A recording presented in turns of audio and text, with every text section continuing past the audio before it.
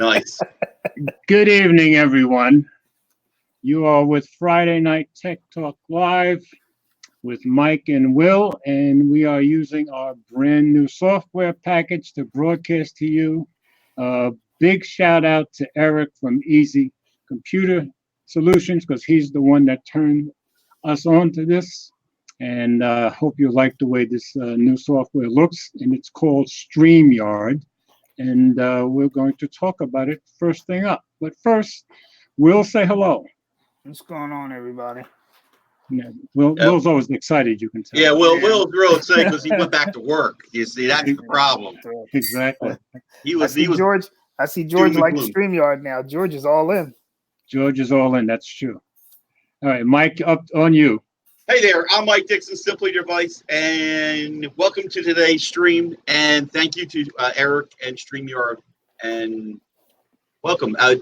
Will, what are you drinking? What are you trying to keep up here? I got coffee. Yeah, what are you drinking? I'm like you, but I don't got decaf. Oh. Mike, I got a question for you, Mike. Okay. What is the point of decaf? I agree. Yeah, I want to know the answer to that too. You just like the taste? I like the taste of coffee. And decaf, Okay. if I drank caffeinated coffee, I ain't going to sleep. I will not go to sleep. I drink decaf tea, iced tea. Do you put creamer in it? Powder. I'm killing myself slowly. So you don't like the taste of coffee? I do like the taste of coffee. You're changing the taste, though, aren't you? I'm changing to my liking. So when your wife tells you take a powder, you literally can. Yes, it is. It's called cream oil. Okay. Six. Will's drinking that apple tea, all fancy. There you go. Nice. Oh man. Yeah. Well, hey, look. Six. It's got some pixel dust in it. Okay. For added flavor. Oh, I love it, Mike. Very good. Yeah. I'm ready tonight. Bring it. I got a question for you before we get into the questions. Before we get into stories. So, Will, what are you doing? You're rocking 2 Android phones and 1 Apple phone, or do we now take one away? Come on, share the news, share the love. For now, I'm good. I'm like you said, for now, but I don't know how long. So it's 2. But maybe from Will's point of view, it takes 2 Android phones to match 1 iOS phone. Don't give me ideas, George. There you go, Mike news. I mean, George knows what it's about. No, we're trying to get him back, as my wife says. My wife is loving this. My wife goes, "Is he back on the dark side?" He's back on the dark side. What's it? She goes. I love when she goes. What's 7? What's a 1 plus 7? Is that Apple? I go, no, iPhone. I've told you 100 times. I hope she's getting, honey. iPhone is an iPhone. It's an Apple, and that's the end of the day. No fancy names, okay? Will, is he not aware that we're black men and we're always on the dark side? I think he forgot, George. Forget it. I give up. I'm done. Okay. Do we want to go on? Simple Mobile's done tomorrow. It's over. I know. Really? Yeah. Mine is tomorrow. Yeah. I got to work on something for you because you got to have a second line, brother. Nah, I don't need it. You do. I can't be like you. Come on, you can't have 2 lines, not much. 400 like me. Come on, you gotta have 1 on Android and 1 on Apple. All right. Yeah, you got too many. You know the deal. The minute that you swap SIMs, it's going to be holy chaos. Yeah, right. That's true. I guess. I got to look at this Simple Mobile deal they got going on. All right. I started to. So go ahead, George. I'm sorry, I'm getting carried away. Can we move on to our one really serious note for the night? Oh, yes. And yes. Mike, I'll let you speak about it. Yes. Folks, we have a follower. Somebody's followed all our channels. If you're a YouTuber or she's following you on the socials, if you're not a YouTuber, her name is Eleanor Jones. And she's had a tragedy in her family. Her husband passed away suddenly. Very suddenly. And this is where, as a community, this is where we shine. We put all differences aside, and we need to let this fine lady know we're We need to give her support, love, prayers, Okay. Yes, positive vibes, whatever you want to call it. And along, so I mean, gee, George, I mean, 2 in one day. We've got that, and then our friend Ed from Living Dadly. Yeah. I had him on my show about a year ago, and his mother-in-law passed away. Oh, wow. And yeah, and he and you know, of course, mother-in-law, you know, family member type, mom, but yeah. also too, his you know, it's a grandma for his kid. You know, he said his son's taking it very, very hard. Right. Well, the grandfather, I guess the father-in-law passed away 2 years ago, so the kid was getting over that kind of thing, and yeah, so a lot of stuff going on, and you know, just if you know him on any of the socials, just reach out and just, you know, give him condolences. So Please send up the prayers for Eleanor Jones and for Ed, please. yes. So all right, on to our stories. So the first thing, of course, is the reason you're seeing StreamYard, this new piece of software we're using, thanks to Eric, is that Hangouts on Air is going away on August 1st. And my initial plan was this was going to be our last live stream using Hangouts on Air. But Tuesday, Yeah, Tuesday we started testing out this StreamYard, what we're using right now. And I think Will loved it, Mike loved it, I liked it a lot, but I kept saying, well, the free version, and then there's a paid version, and I wasn't going with the paid version, I wasn't giving. And the next 3 days, I kept testing with it and testing with it and testing with it. Well, guess what? I now have the paid version. So this thing is easy to use. It is much easier than Hangouts. It is way easier than OBS. And shout out to the CEO, Gage Vandentop. As a young guy, and if you look at any of the StreamYard videos on YouTube, or you look at the StreamYard community on Facebook, he's the CEO. And he has a partner, and those two guys seem to do a great job with this piece of software. So I'm going to take a quick look at a article that I believe they wrote, or maybe Gage wrote, and I'm going to share it on my screen. This is my first time using this. StreamYard is boss. Okay. Yep. So here's an article they wrote. Hangouts on Air is going away August 1st, 2019. Hangouts on Air is going away. At this time, it's gone, and this time it's gone for good. Originally, the notice on Google's support page said Hangouts on Air was going away later in 2019, but has now been updated with an exact date. And you can see it there, August 1st. For those unfamiliar with HOA, it's a YouTube feature that allows users to easily stream group video chats. It's popular among podcasters and a great tool for interactive community shows. And that's what we used up to this week.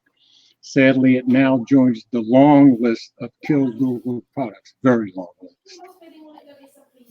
Some history. Hangouts originally launched as Google Plus, also dead now. As a Google Plus feature, it became popular enough that an option called Hangouts on Air was added as a way for celebrities to interact with their fans. Many people thought it was going away in 2016, but it simply moved from Google Plus to YouTube Live. Now it is really going for good.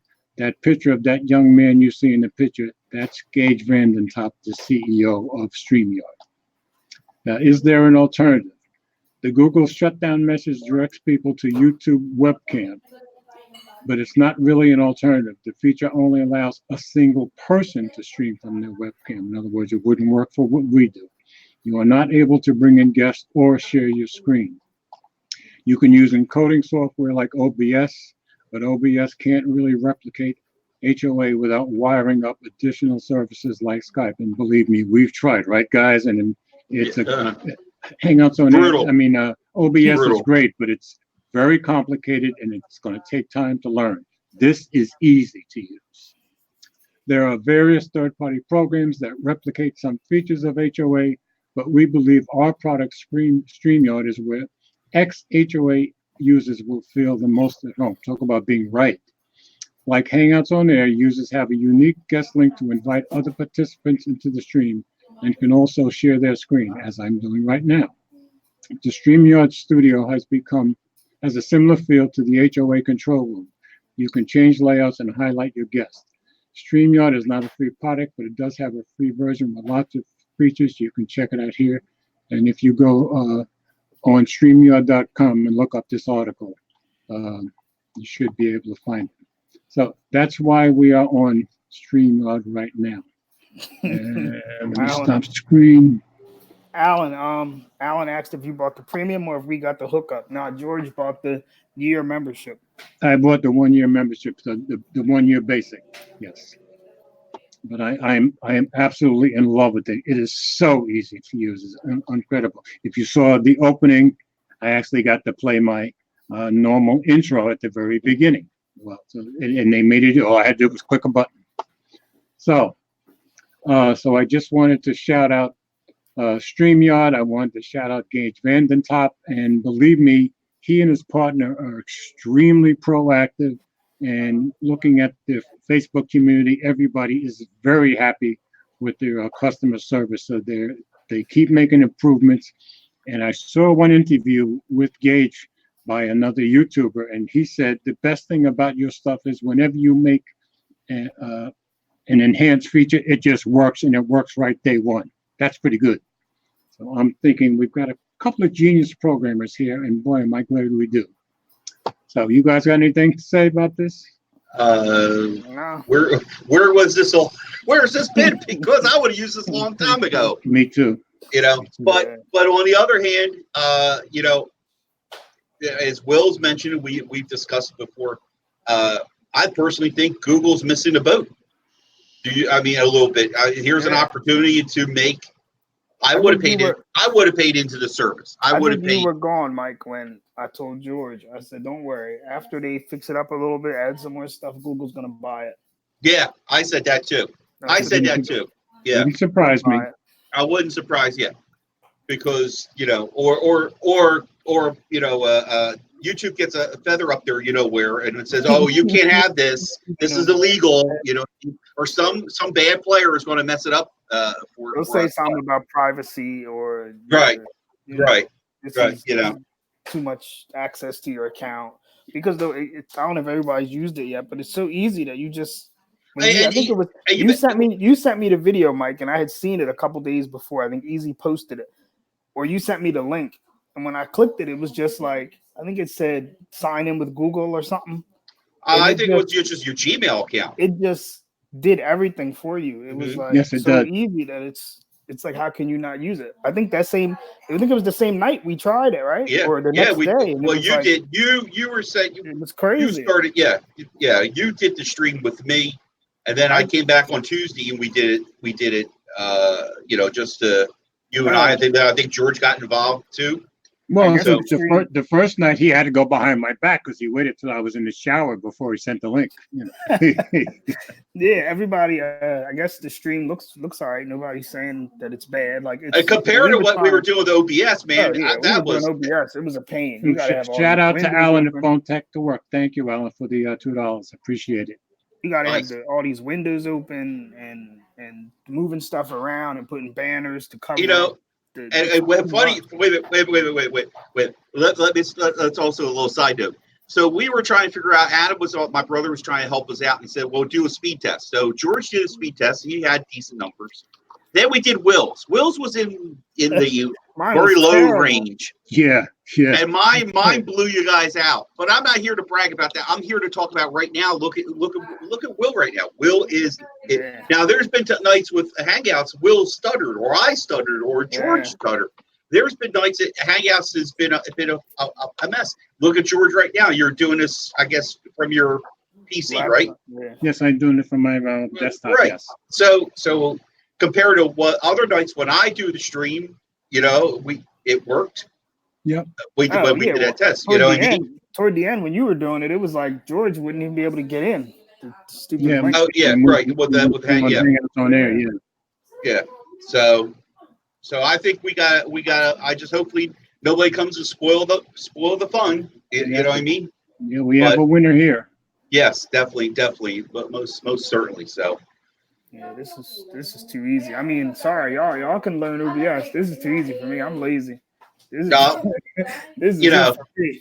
I know. I'm Will. I'm going to get you to carry 2 phones, but I'm not going to ask you to learn OBS. How's that? Okay. This is it for me. But he's lazy like Sunday morning. I ain't gotta open up all these windows and worry about resizing y'all. How y'all gonna look at? How about the bit rate? All the bit rate and add like what's the audio compression? Nah, I ain't got time for all that. This is easy. It just works. This is like an iPhone. You know what he's really saying, don't you? What's I haven't got time for the pain. No, he don't have time for foolery either. So, Texzilla says that here I gotta learn to stream. Oh man, all you gotta do is go to stream. So let me tell you, this is it. This gotta give it a try. Texzilla, it doesn't get any easier than this. Trust me. This is easy and it's nice, and these guys are responsive. I would recommend StreamYard to anybody. Yeah, definitely.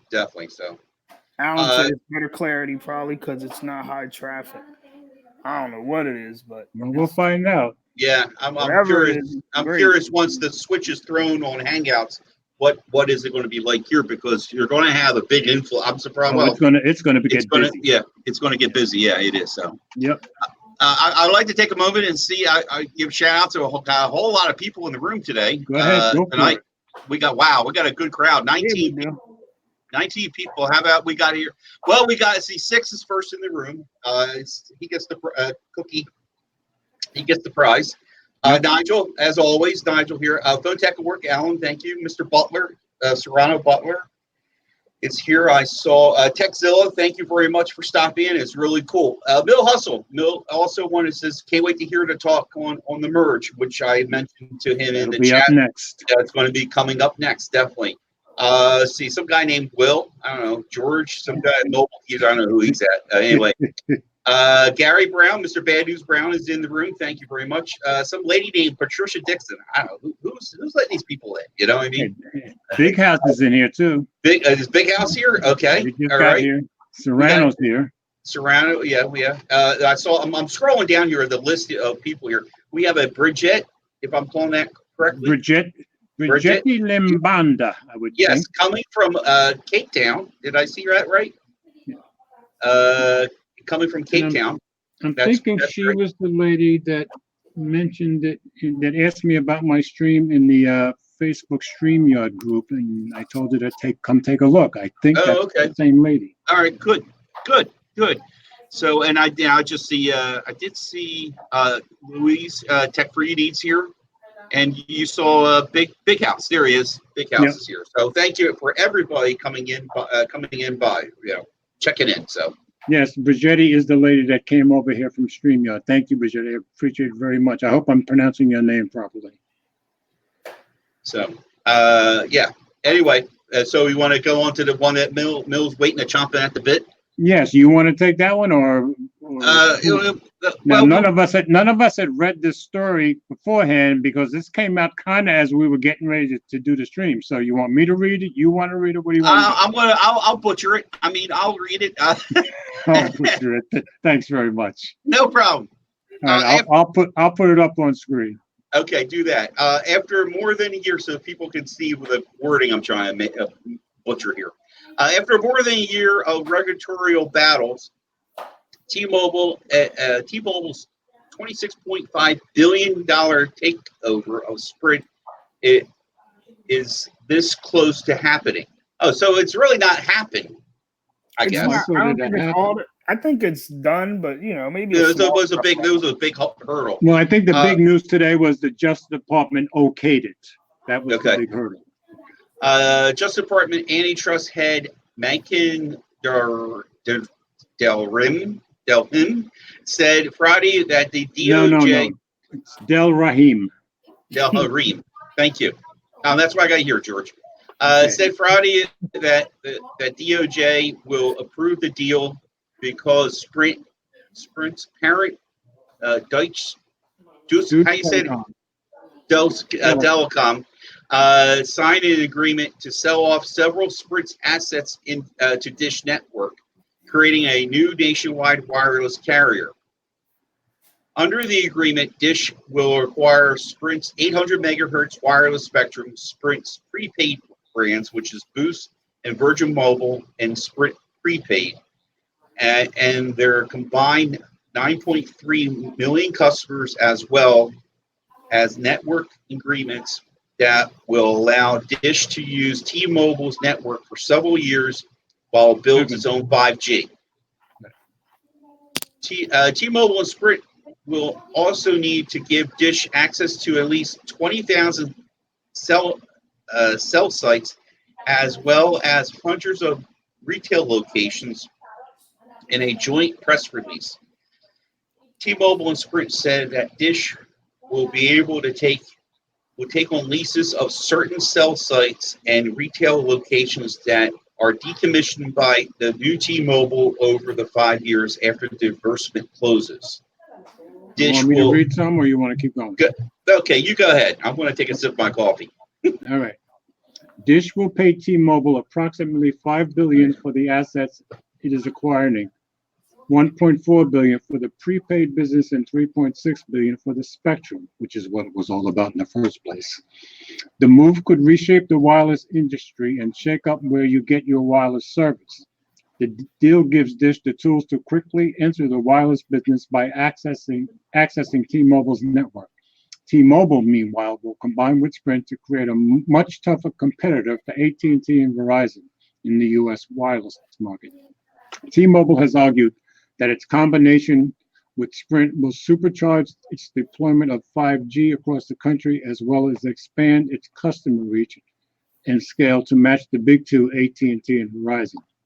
At the close of the deal, which T-Mobile says it expects will be in the second half of 2019, Sprint's prepaid business and customers will immediately move to Dish, as will the more than 400 employees and nationwide independent retail network that supports more than 7,500 retail outlets, Dish said in a statement.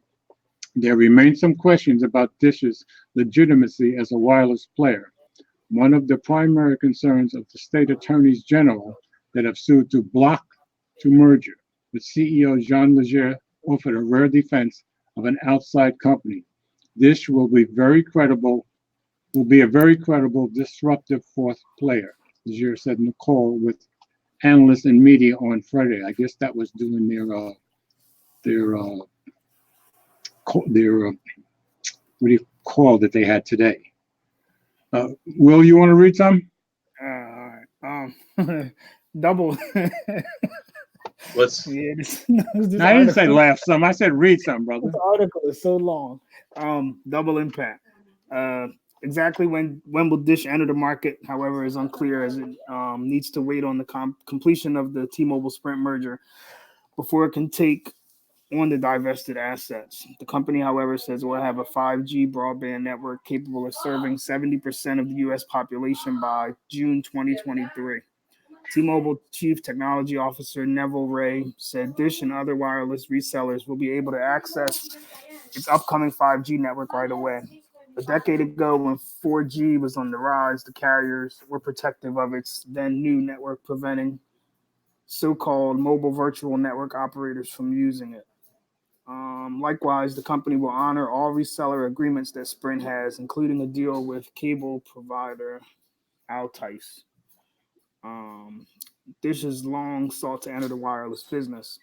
It's been accumulating billions of dollars worth of wireless airwaves in recent spectrum auctions, facing a deadline of March 2020 to put that to use or risk losing its license. Dish previously said it was working on a narrowband wireless network for Internet of Things devices such as smart thermostats, energy meters, traffic lights, and security systems, although that network isn't designed for mobile phones and tablets. As a part of the deal it made with the Department of Justice and T-Mobile, Dish says it has requested that its spectrum licenses be modified to reflect its new promise of deploying a 5G network that covers by 70% of the, I guess it's supposed to be about 70% of the population by June 2023. Dish has made plenty of promises for an eventual wireless 5G network, but through the T-Mobile deal, it will be able to offer wireless calling, texting, and data services on the combined T-Mobile Sprint network while it builds out its own service. Dish could follow in Sprint's footsteps with aggressive offers to try to court subscribers away from the new big three, but that play didn't work out well for Sprint in the long term. But in recent years, both Sprint and T-Mobile put pressure on AT&T and Verizon with unlimited data plans, cheaper monthly rates, and bundles that added subscriptions to services such as Netflix, Hulu, and Spotify, Tidal, and Amazon Prime. Friday's developments are the fulfillment of more than 2 decades worth of work and more than $2 billion in spectrum investments intended to $21 billion in spectrum investments intended to transform Dish into a connectivity company, said Dish co-founder and chairman Charlie Ergen in a statement.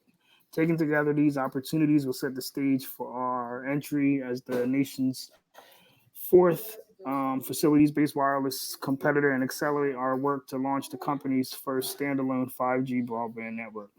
T-Mobile, meanwhile, gets the size and customer base to better compete with its larger rivals. The telecom business has been dependent on scale, with the largest subscriber base funding investments in network upgrades.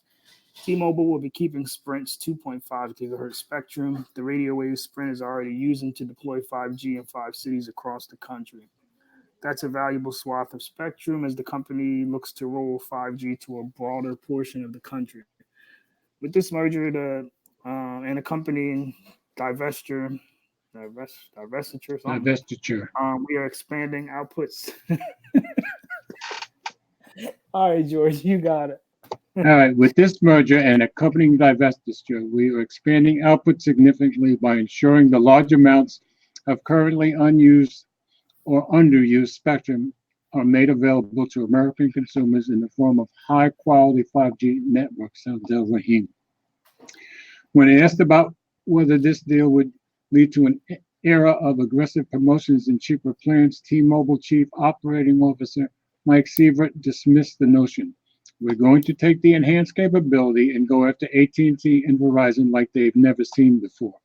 T-Mobile has agreed to lock in prices for the next 3 years, although it hasn't talked about Sprint's plans. Leger hinted at big things ahead. We'll waste no time making it clear what this network is capable of, he said, also dismissing the notion that T-Mobile will become fat, arrogant like its rivals. Sievert also reiterated the company's plans to eventually offer 100 megabits per second of coverage to 99% of Americans, and Ray talked about its existing plans to offer nationwide 5G by next year. That's pretty aggressive. Do you think we need to read the rest of this? I think we got the gist. There's a lot of gist. Yeah. There's a lot to go and read here, and a lot to digest, because there's a lot of moving parts. But you know what I'm getting with all the Dish stuff?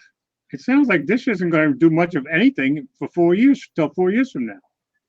Yeah, because don't they got to work on their thing, right? But Dish is supposed to be becoming what company? I forget. I don't even know if they said it in here. Dish is going to be dang, what's the name of the company? Rob was talking about it earlier. They're like going to be a company. They're going to be the fourth carrier. Yeah, exactly. Well, that's the whole premise. That's the whole thing. They're going to become. They're going to become the supposed fourth. Right, because the government was never going to approve this until there was a fourth carrier. Yeah, but everybody was like getting ready for this anyway. So I mean, because look, everybody went and started their own thing. Like even Verizon got visible. You know what I mean? Everybody went and made their own budget carrier. And the MVNOs are so many out there. There's so many companies, MVNOs that is out there. That's true. Yeah. You can't keep track of who is who. And then I was going to say there's a company. It's called TracFone, which is a lot of these MVNOs, a lot of these Walmarts and Simple Mobile. No, I think Simple Mobile is part of it. So yeah, well, that phone you gave me, TracFone, is the splash screen when you turn it on.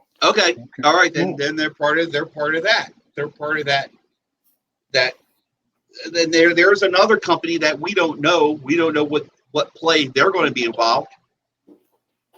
Am I right in saying that? Are they going to? Yeah, I agree. You know, I mean, I think there's a lot of moving parts. I read in Twitter land, Bill was like really bent, and I'm curious why Bill Hustle was so bent on this. Well, now we know why, don't we? Because he works for TrackPhone. He works for TrackPhone. Okay. Right. That must be a very attractive job. Okay, I couldn't resist that. Now so all right, now we got T-Mobile and Sprint, AT&T, Verizon, AT&T and Verizon, and then they got all those other ones. What's the point of, like, why would you even sign up with them at this point? Sign up with who? Any of them, AT&T, Verizon's. No, I would sign up with T-Mobile Sprint. That's what I would do. But why though? Why would you go get your own? No, because if you can go get your own phone and get, if you can just buy your phone and put a Simple Mobile SIM on it, if you're getting the same. You're getting the same unlimited tech and talk. Yeah, almost the same. Almost. You don't have a hotspot, I don't think. Yeah, you do. I think it comes with it. Just like. Does it? Okay, some do, some don't. What is it? $40? It's, you know what I mean. Right. I don't know. Well, look. The plan that you. Yeah, the plan that you're. The plan that I got. That one. What? $27. That was only 3 gigs of data, but I think even if you kicked it up with the data, it still wasn't that bad. But my point is that you don't get a bill every month. You know what your bill is every time. You're not paying all those taxes, and you know what I mean.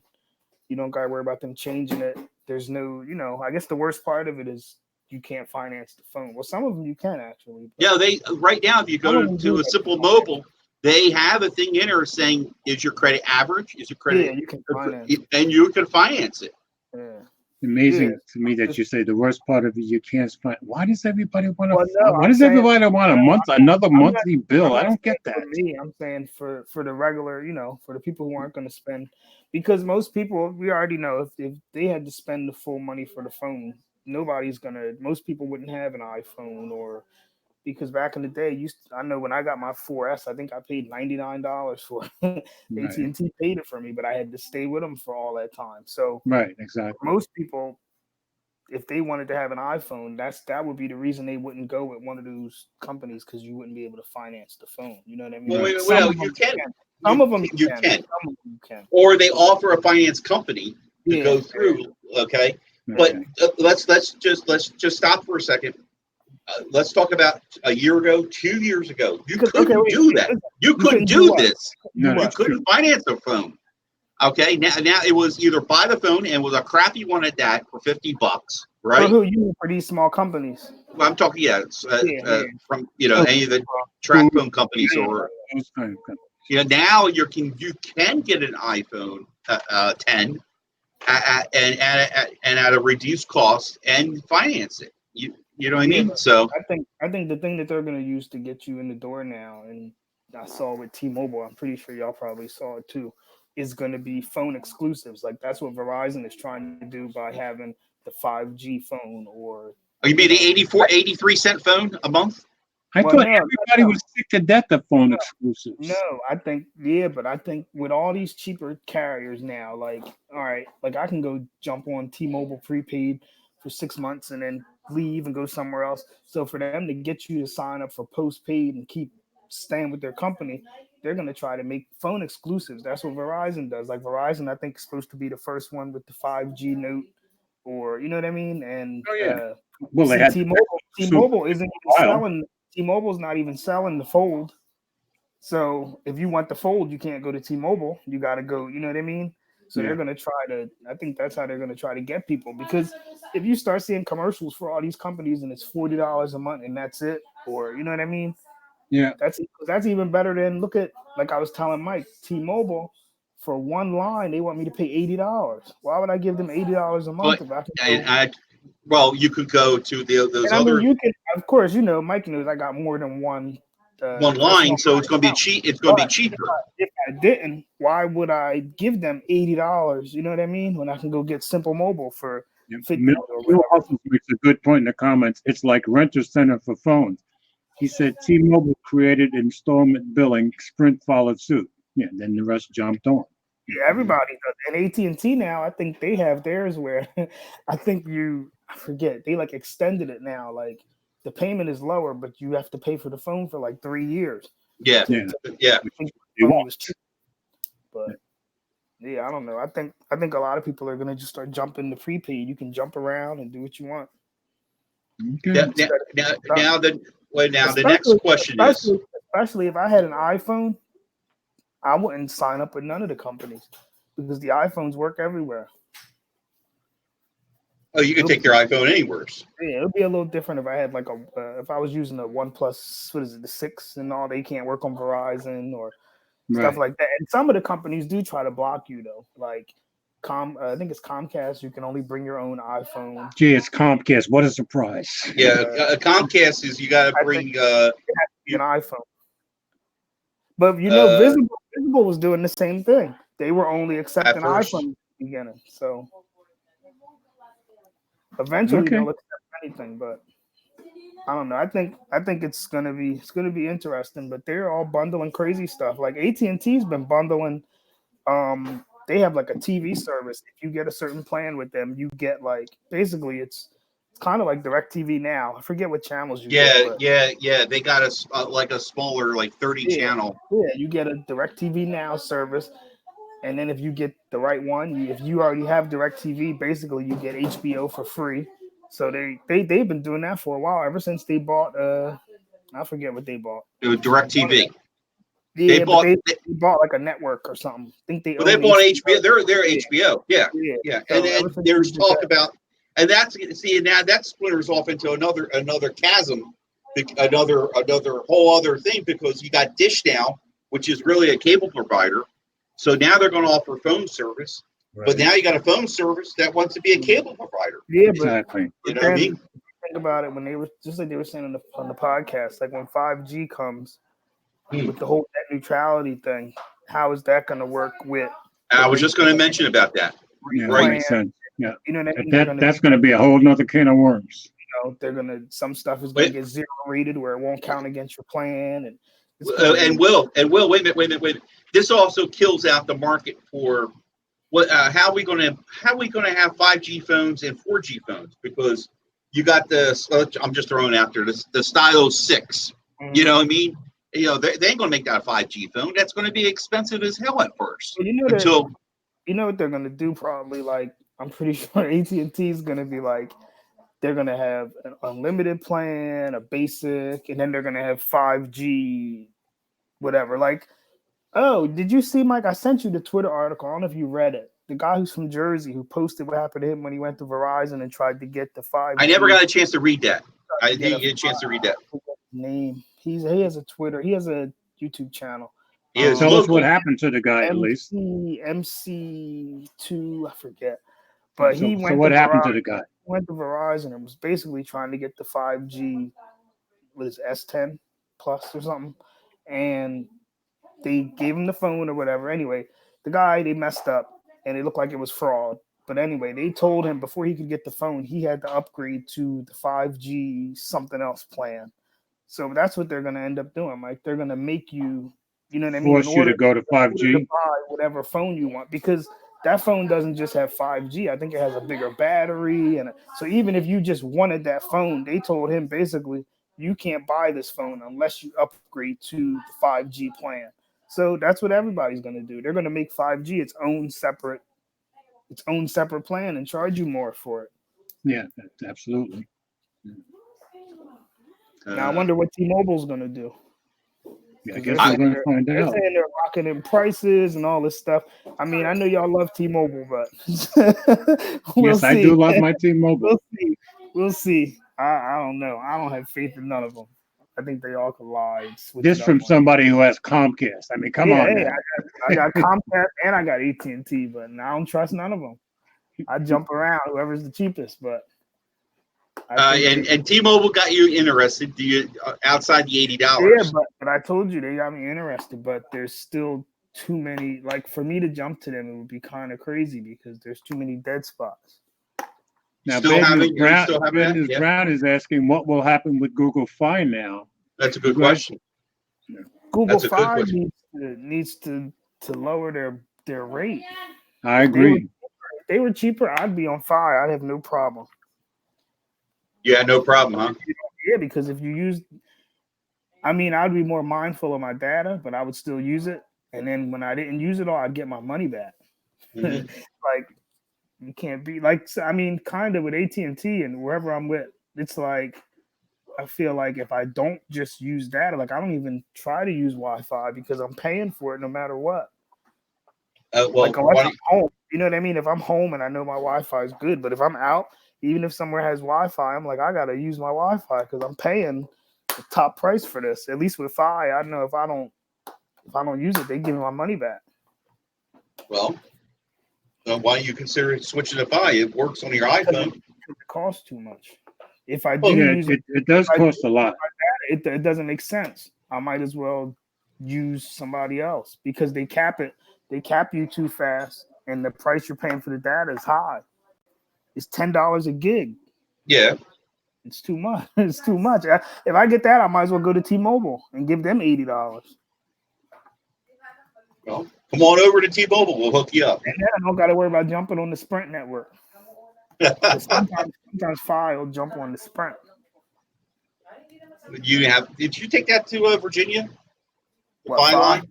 Yeah. Yeah, but it was just I was on T-Mobile, so it was the same. Like when the T-Mobile line, when Simple Mobile didn't have service, either did Fi. Okay. Either. Okay. So in other words, the Sprint it didn't get you on Sprint at all. Where I was at, it was like service was terrible no matter what phone I had. Okay, because you're supposed to jump from some T-Mobile to Sprint to US Cellular, isn't it? When I use Fi, I'm usually always on T-Mobile. But when you were talking about being where you're talking about at Busch Gardens. That's where you were, right? Yeah. You had service then, right? Yeah, it was all right. It wasn't great. Really? Yeah, but it's a lot of trees. You were in the bush, so that makes sense. Yeah. I know from experience going down where you went over the Chesapeake Bay Bridge tunnel, right? No, I didn't. Oh, you went the other way? I didn't go that way. I didn't go through the tunnel. I've gone through the tunnel when I went to Carolina. I didn't go this time. Nope. This is the second time I went to Virginia. I didn't go through the. So you went over the bridge? He went the long way. You went down 95 and through Richmond, probably. 95, and Richmond. So I was going to say, I just know Eastern Shore is always been a problem out there. So yeah, I'm glad I avoided that tunnel. That tunnel's expensive. Yeah, it is. That tunnel's expensive to drive through it and come out and be done. Then they have a shop at the end to buy stuff. Yeah. Do they really? Yeah. I didn't know that. Come out thing, man. Oh, George, you ever taken the Chesapeake Bay Bridge tunnel? No. Oh, wow. George, of all things, you haven't. George, it's worth it. It's nice when you do it once because you're like, wow, I'm going under the thing. But after that, so you're saying I'm a victim of my own tunnel vision? Yes. What is it, like $15? It's something crazy like that. 25. I'm pretty sure. Okay, I won't be taking that. Hey, that's money that goes towards a phone for me. Come on now.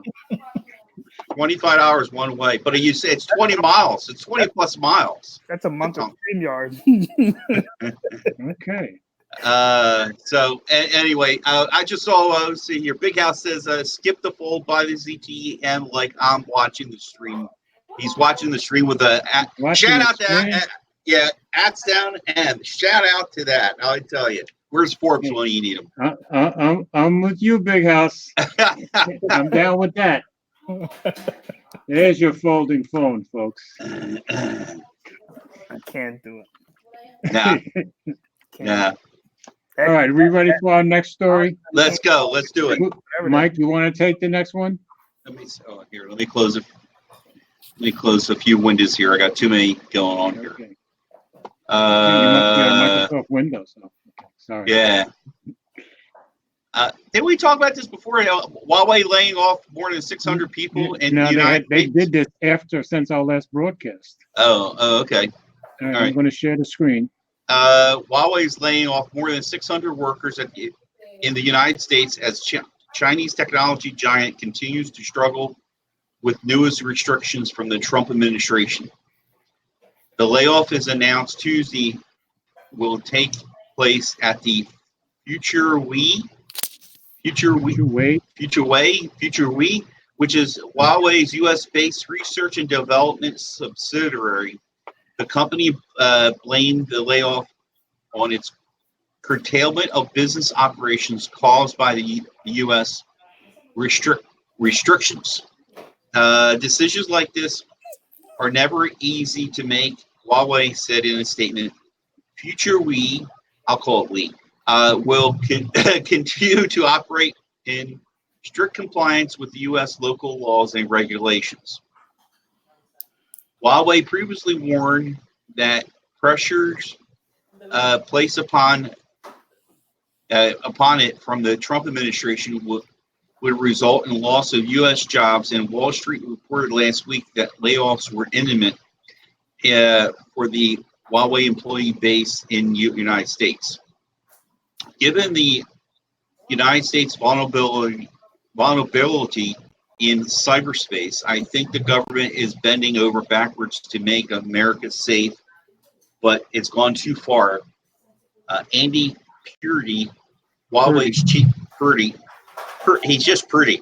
Huawei's chief of security officer and former head of the United States Homeland Security National Cybersecurity Division told CNN last week. If we're going to force our way, we'll be okay. If we force it to go away, we'll be okay. But in the long term, I don't know that Huawei will come back to America, and I think America will hurt. He said. In mid-May, President Donald Trump signed an executive order barring U.S. companies from using the telecommunication equipment from sources the administration deemed as a national security threat that acting directly at targeting China and Huawei, a leader in 5G technology and global business with revenue of more than $100 billion. That's billion with a B. The U.S.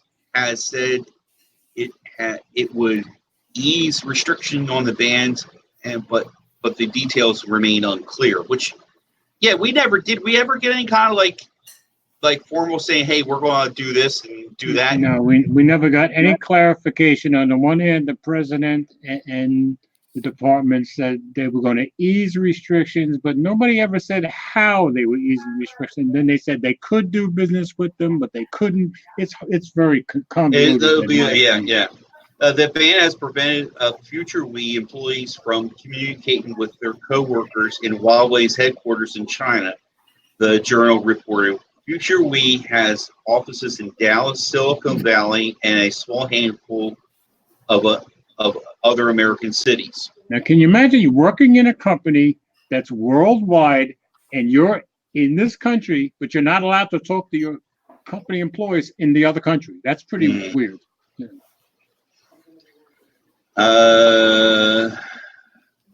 Huawei doesn't have a big presence in the United States, but the company is the sole provider of network equipment to many rural American internet providers. True. The United States' actions against Huawei are taking a serious toll on the company's bottom line. Hey, Siri, I didn't say anything to you. The bottom line, Huawei recently said it missed sales forecasts by about $30 billion over the next. No, it will miss sales forecasts about $30 billion over the next couple of years. In the next few years, I think we will reduce the capacity. Our revenue will be down about $30 billion compared to the forecasted. So our sales revenue this year and next year will be about $100 billion. CEO Ren Zheng, that name, said in June during a panel discussion at Huawei's headquarters in Beijing. Can you imagine being a company so big that you lose $30 billion and you're still only going to make $100 billion? That's a pretty big company. Mm-hmm. Yeah, I don't know what to make of this because And wasn't there just a story about Huawei selling stuff to North Korea? No, Yes. they're building their mobile network. Which they don't have any in the first place, I think. Shall we go on? I'll read it. It's the next story. Go ahead. All right. That is the very next story because I put the two Huawei stories together. All right, so here we go. Leaked documents reveal Huawei's secret operations to build North Korea's wireless network. This is from the Washington Post, by the way. Huawei Technologies Company, the Chinese tech giant, embroiled in President Trump's trade war with China and blacklisted as a national security threat, secretly helped the North Korean government build and maintain the country's commercial wireless network, according to internal documents obtained by the Washington Post and people familiar with the arrangement. Huawei partnered with a Chinese state-owned firm, Panda International Information Technology Company Limited, on a variety of projects there spanning at least 8 years, according to past work orders, contracts, and detailed spreadsheets taken from a database that charts the company's telecom operations worldwide. So they got hold of the company's personal documents in-house. The arrangement made it difficult to discern Huawei's involvement. The spreadsheets were provided to the Post by a former Huawei employee who considered the information to be of public interest. The former employee spoke on the condition of anonymity, citing a fear of retribution. Yeah, I'd say a fear of getting killed is good fear. 2 additional sets of documents were shared by others with a desire to see the material made public. They also spoke on a condition of anonymity. Taken together, the revelations raised questions about whether Huawei, which has used American technology in its components, violated U.S. export controls to furnish equipment to North Korea, where the isolated regime has faced extensive international sanctions over its nuclear weapons program and human rights abuses. The Commerce Department, which declined to comment, has investigated alleged links between Huawei and North Korea since 2016, but has never publicly connected the two. Its probe remains active, however. Separately, the Justice Department has charged Huawei with bank fraud and violations of U.S. sanctions on Iran. And that's the CEO's daughter that's being held to be extradited from Canada to the US. Is she still there? Is she still stuck there? As far as I know, she's still stuck there, still in the extradition from Canada. She's at her house, right? On house arrest or something. Yes, she's in house arrest, but she cannot leave Canada, and the extradition process, as far as I know, is still ongoing. Yeah, I'm sure she's got a big enough house. She'll be all right. The company has pled not guilty. In a statement, Huawei said it has no business presence in North Korea. Spokesman Joe Kelly declined, however, to address detailed questions, including whether Huawei had conducted business there in the past, either directly or indirectly. He did not dispute the authenticity of documents shared with the company, though he also declined to verify them. The fact that he wouldn't dispute the authenticity kind of says a lot, I would think. It seems like it's a tacit admission, in my opinion. Huawei is fully committed to comply with all applicable laws and regulations in the countries and regions where we operated, including all export control and sanction laws and regulations of the United Nations, United States, and European Union, the statement says. A spokesman for Panda Group, the state-owned parent company for Panda International, declined to comment. Discovery of a link between North Korea and Huawei, whose activities, ambitions, and suspected ties to the Chinese government have alarmed U.S. and European security officials, is likely to fuel even deeper suspicion among Western nations, contemplating whether to ban the company in full or part from the next generation 5G wireless networks. You think? It comes, too, at a particularly vulnerable moment for the Trump administration, which remains at odds with Beijing over trade as the president seeks to restart nuclear negotiations with North Korean leader Kim Jong-un. Just the fact that you've got a Huawei-North Korea connection is bound to raise political and democratic hackles in Washington, if nothing else, said Evans J.R. Rivera, a former State Department official focused on East Asia.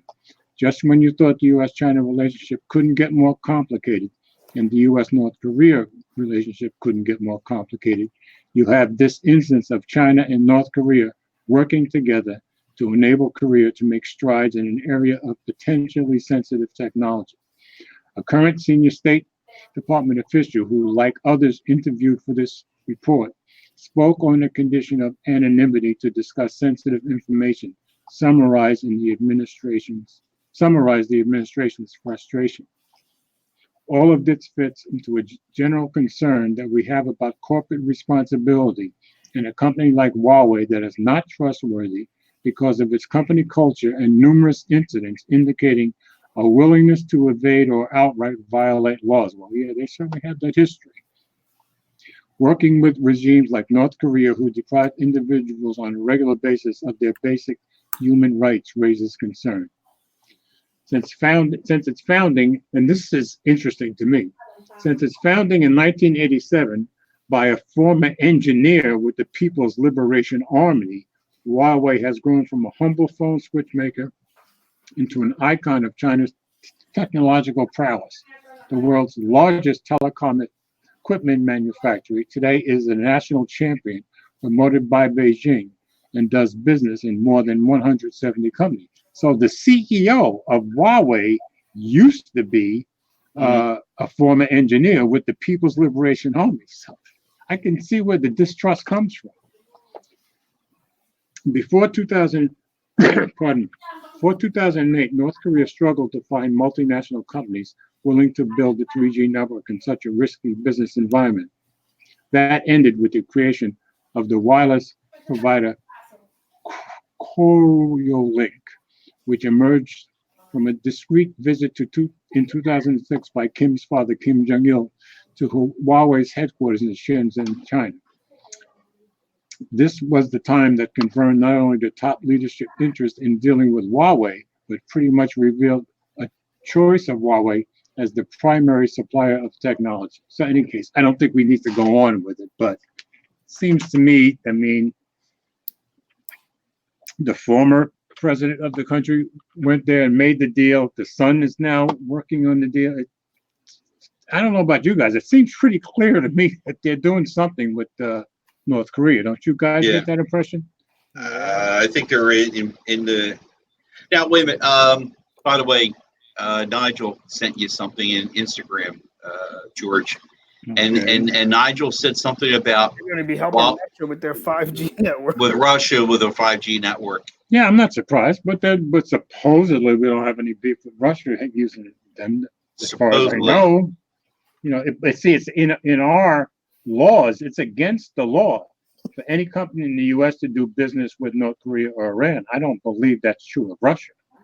So I wouldn't think that would be a big problem at the moment, anyway.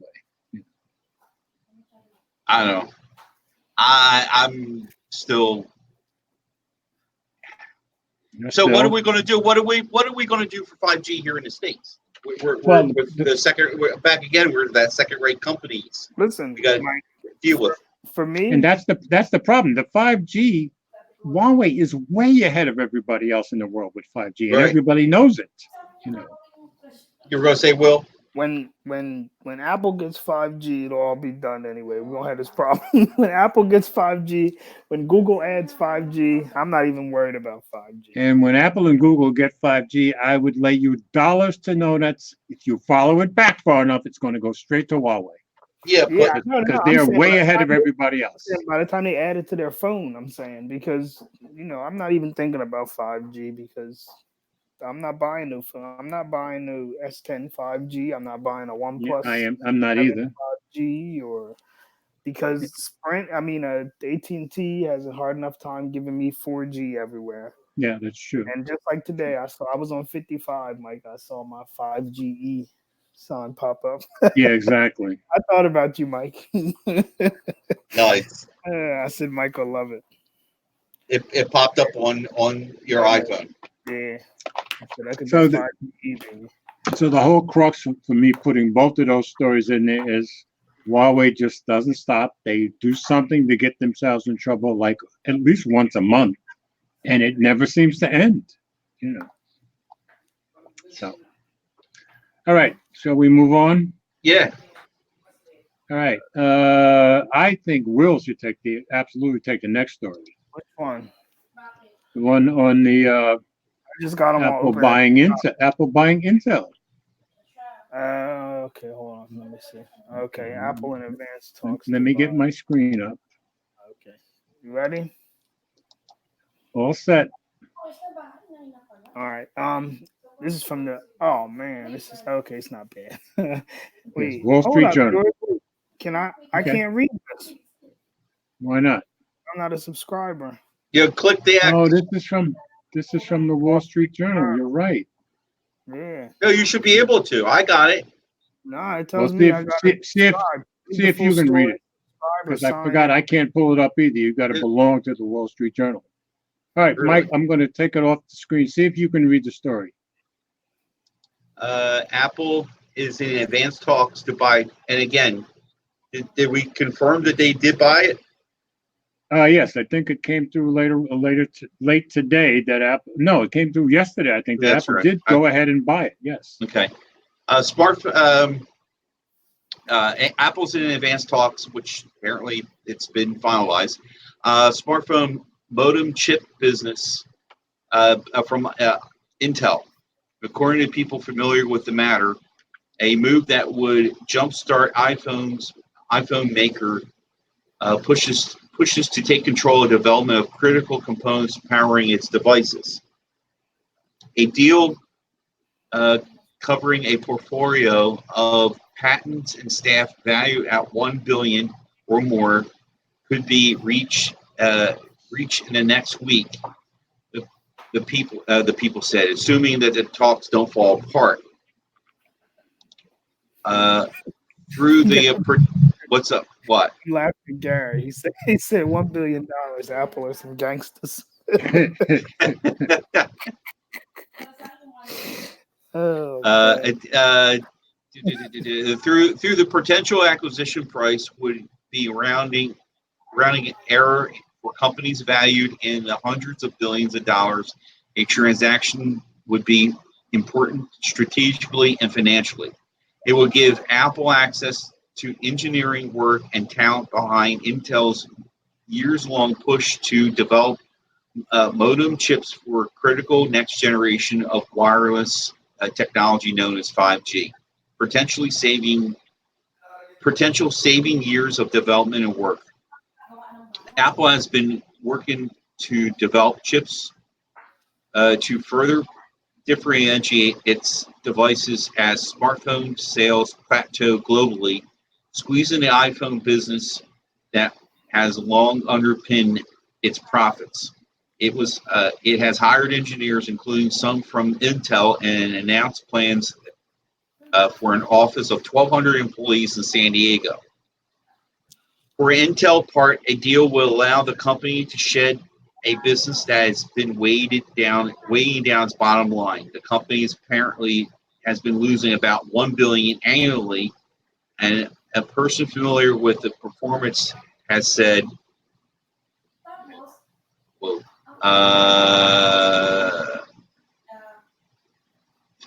I lost the line. Okay. Has generally failed to live up to expectations. Through it would exit the smartphone business. Intel plans to continue work on 5G technology for connected devices.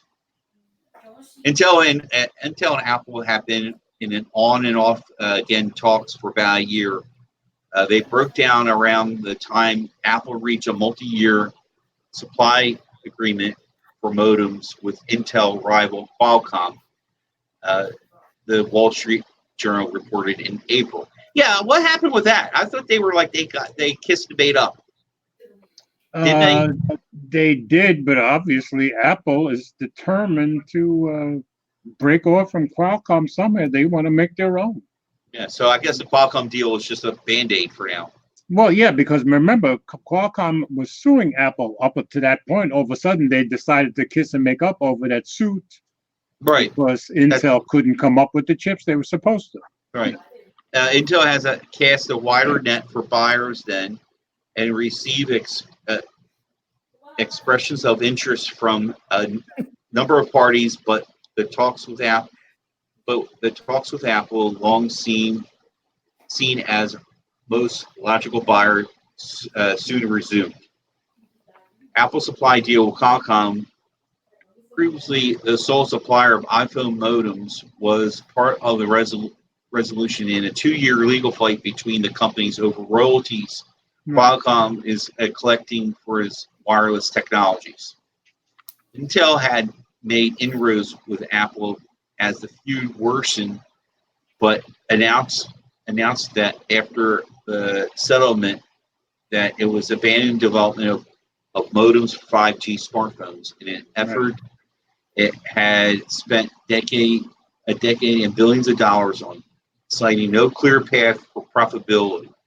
The Intel had bought its modem business in 2011 from Infineon Technologies AG for $1.4 billion. The Apple Intel discussions began last summer, around the time the former Intel chief executive Brian Krzanich resigned.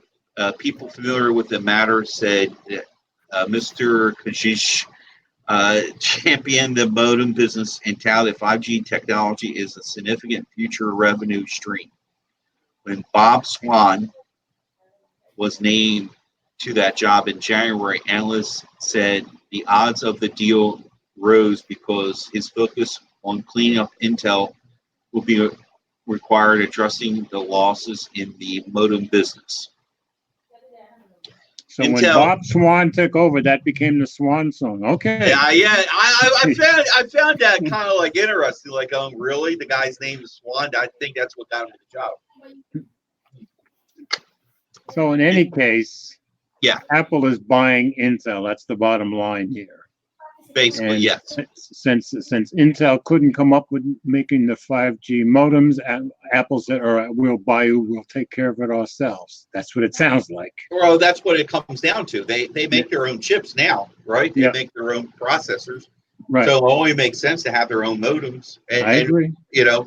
I guess they got their own graphic card and GPU in there. Well, is that right? They have their own graphic and GPU in Apple. Who? iPhone? iPhone, yeah. I don't know. You're our expert on this. They do the chip. I don't know if they do everything. Okay, just wondering. It looks like they're going to. All that they, that's why Apple's able to support their phones for so long. Exactly. Now, people have complained that the Intel chip has been, from a modem-wise, the modem chip is trash. Right. And those phones are what, Will? Are they just the iPhone 10? He's reading something from Gary Brown. Apple is so powerful that if the only way to open your phone was to take a picture of your nuts, people would still buy that phone. Okay. This conversation is getting nuts. Okay, so. Gary. No wonder you call yourself bad news, Gary. Yeah. All right, you were trying to say something serious, Mike? No, I just was wondering where's the connection with Qualcomm. Qualcomm in this. Well, I think they're doing their best to break off from Qualcomm completely. It seems to me they don't want the Qualcomm dependence. Right.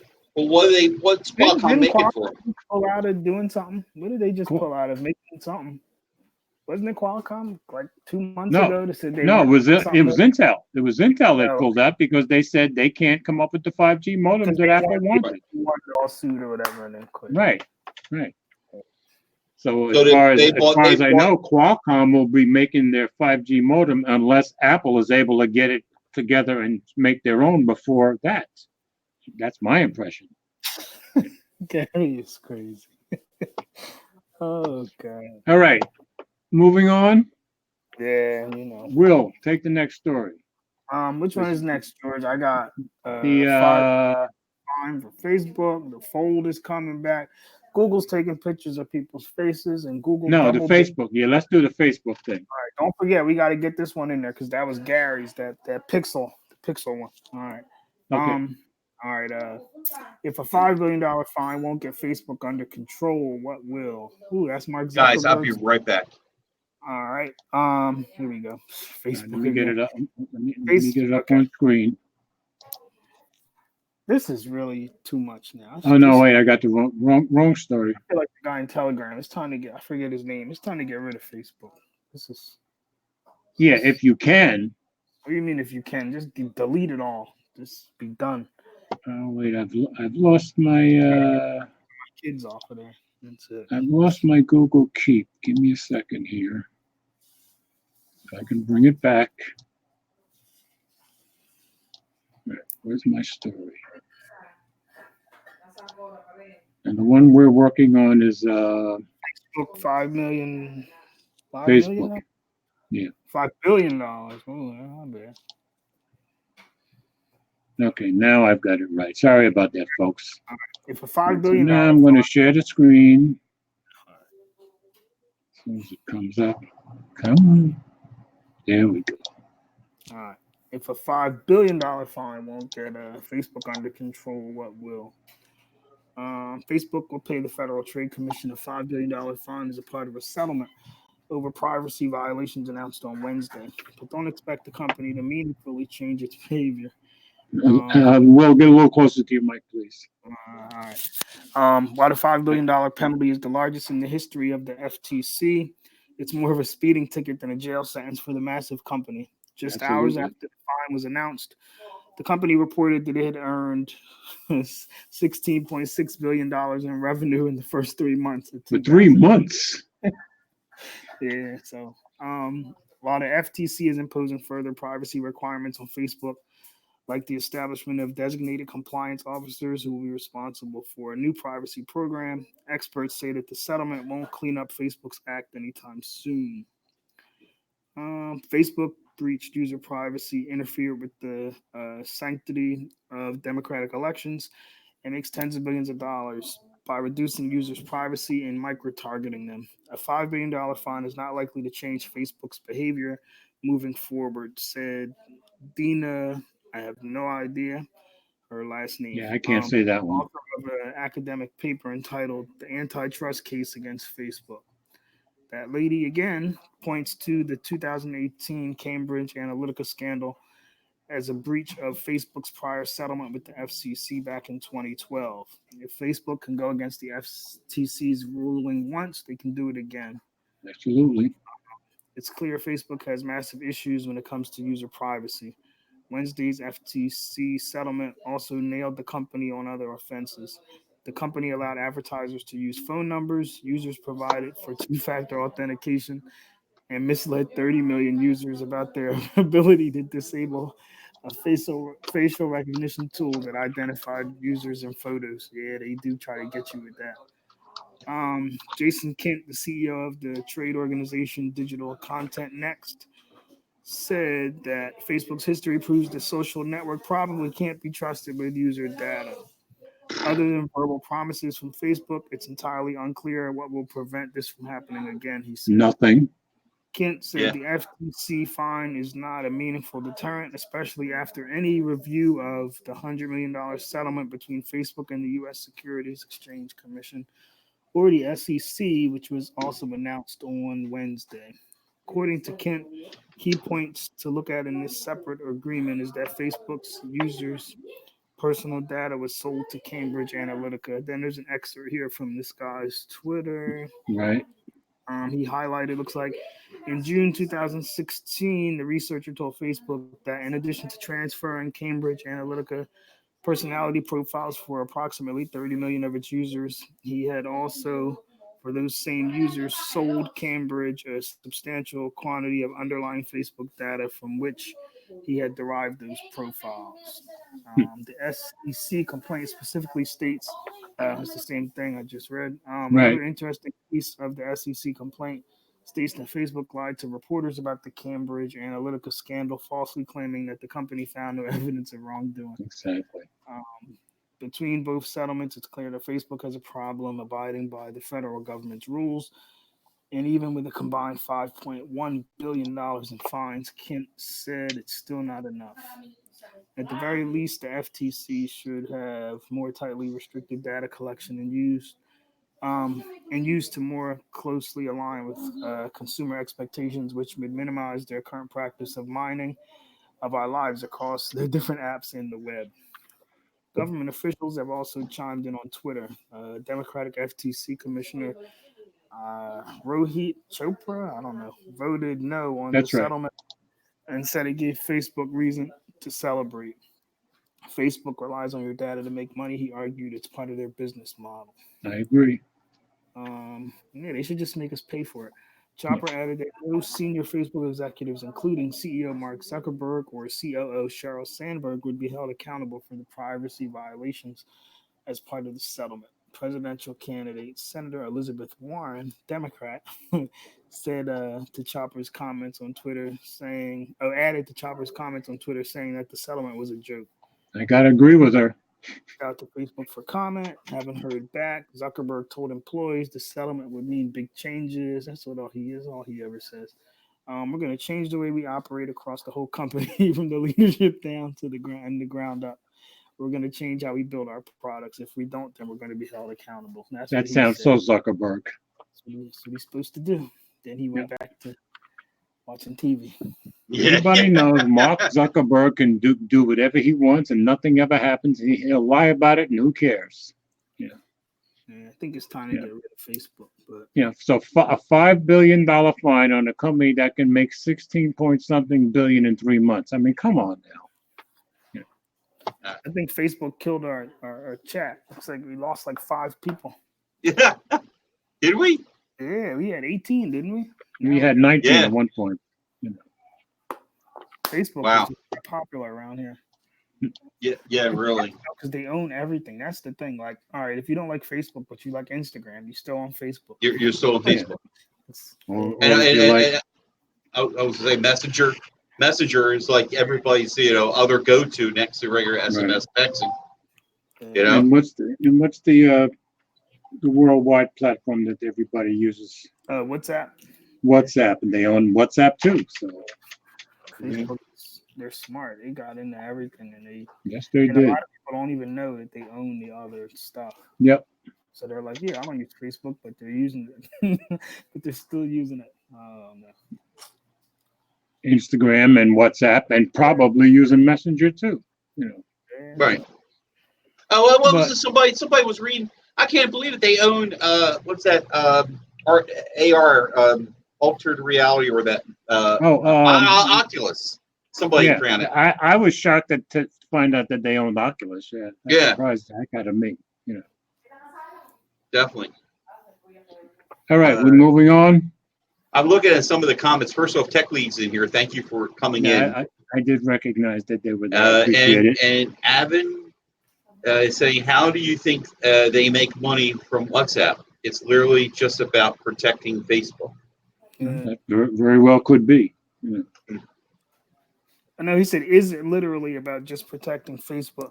Yeah, because Facebook is the moneymaker. They're selling all your data. That's true. Somebody made mention. I saw. They get you into one of them, though. It's kind of like, I don't know. I agree, because if they get you into any of the 4, an Instagram or WhatsApp or Facebook or Messenger, they're going to get your data one way or another. But even if you don't know that they own Instagram, the first thing it tells you on there, just like Apple's saying that they need to start, like, I guess when the thing finally releases or whatever, it's going to have to say sign in with Apple, and then under it for Instagram, sign in with Facebook. Yeah, because that's the first thing that it says on there. So even if you don't know it, you might think that you're just doing kind of like what Apple's saying, but you're using your Facebook, everything from Facebook.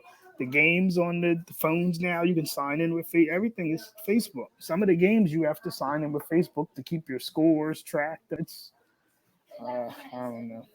Come on, Mike. Let's get rid of Facebook. Let's see if we can do a 30-day. Yeah, good luck with that. 30-day challenge, Mike. August 1. Let's get rid of Facebook. I mean, get rid of Facebook. Get rid of WhatsApp. Get rid of Instagram. get rid of Messenger. Let's see who can do And it. I just gained five followers on my page. Damn it. My SimplyYourDevice page. Darn. Let's see how long we can do it. I wouldn't worry about it. It is the most popular social network in the world. So good luck. I don't know, but all right, Mike. What do you use it? Like, do you use? See, to me, I don't use Facebook like that. I use Messenger to talk to people, but I don't really use Facebook and socialize like that. Like, I don't know. I mean, I use Facebook to post on my pictures. That's about it. You know, when my son posted a picture of my grandson doing something goofy, you can't help yourself to react to it. Or mom's 100 picture when she's back on the road of what she's eating. You know what I mean? You can't help yourself. You gotta react to it and socialize that way. Why don't you just have a group chat? I love Gary's comment. This is too much. I'm going back to using pigeons. You know what I mean? Make a group chat. Oh, we have that now. We have that in Telegram. Yeah, you have that in Telegram. So I'm saying with your mom, your well, then that's where Discord comes in. So you don't need Facebook. I understand that. You don't need it. You can make a group in Duo. Yeah, but who are you gonna play pool with? I can't help myself with that one. Well, we can do that one without Facebook. Yeah, we could. Facebook. We could. You just use the iPhone. Well, we'll be talking about this later. You and me. Okay.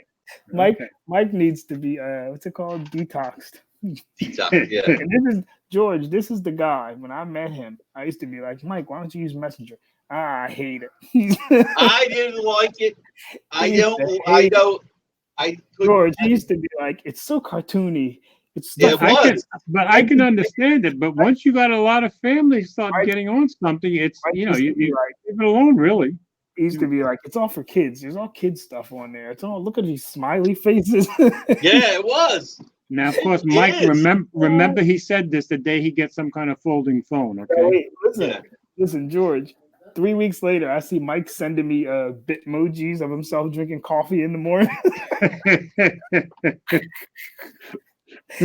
I said, this can't be the same guy. I fell. I'm sorry. He was like, I like it now. It's not so bad. I said, yeah. Well, they had a nice update. I don't know. You're gonna get dark mode. I don't know. Everybody's on it. That's why, and it's so easy. It's so easy. And then they even get you. Facebook gets you, especially on Android. See, on iPhone they can't do it this way. On Android, when you sign up with Messenger, it tries to sneak it in there where it's like, let Facebook take over your messages and your it tries to. Yeah. Sneaks it in there and puts no real in a different color so you can't see it. Like they're smart. And then once you do that, they get all your phone numbers out your, and your contacts. I don't let them at my contacts or nothing. Like that. Me neither. They're smart. Facebook is slick. All right, we ready to move on? Yeah. Let's see. All right, I will take the Galaxy Fold if that's okay.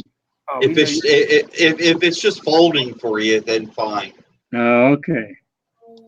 And let me get my screen shared. Okay. Oh wait, we got a comment here. My fault, George. I can't. Go ahead.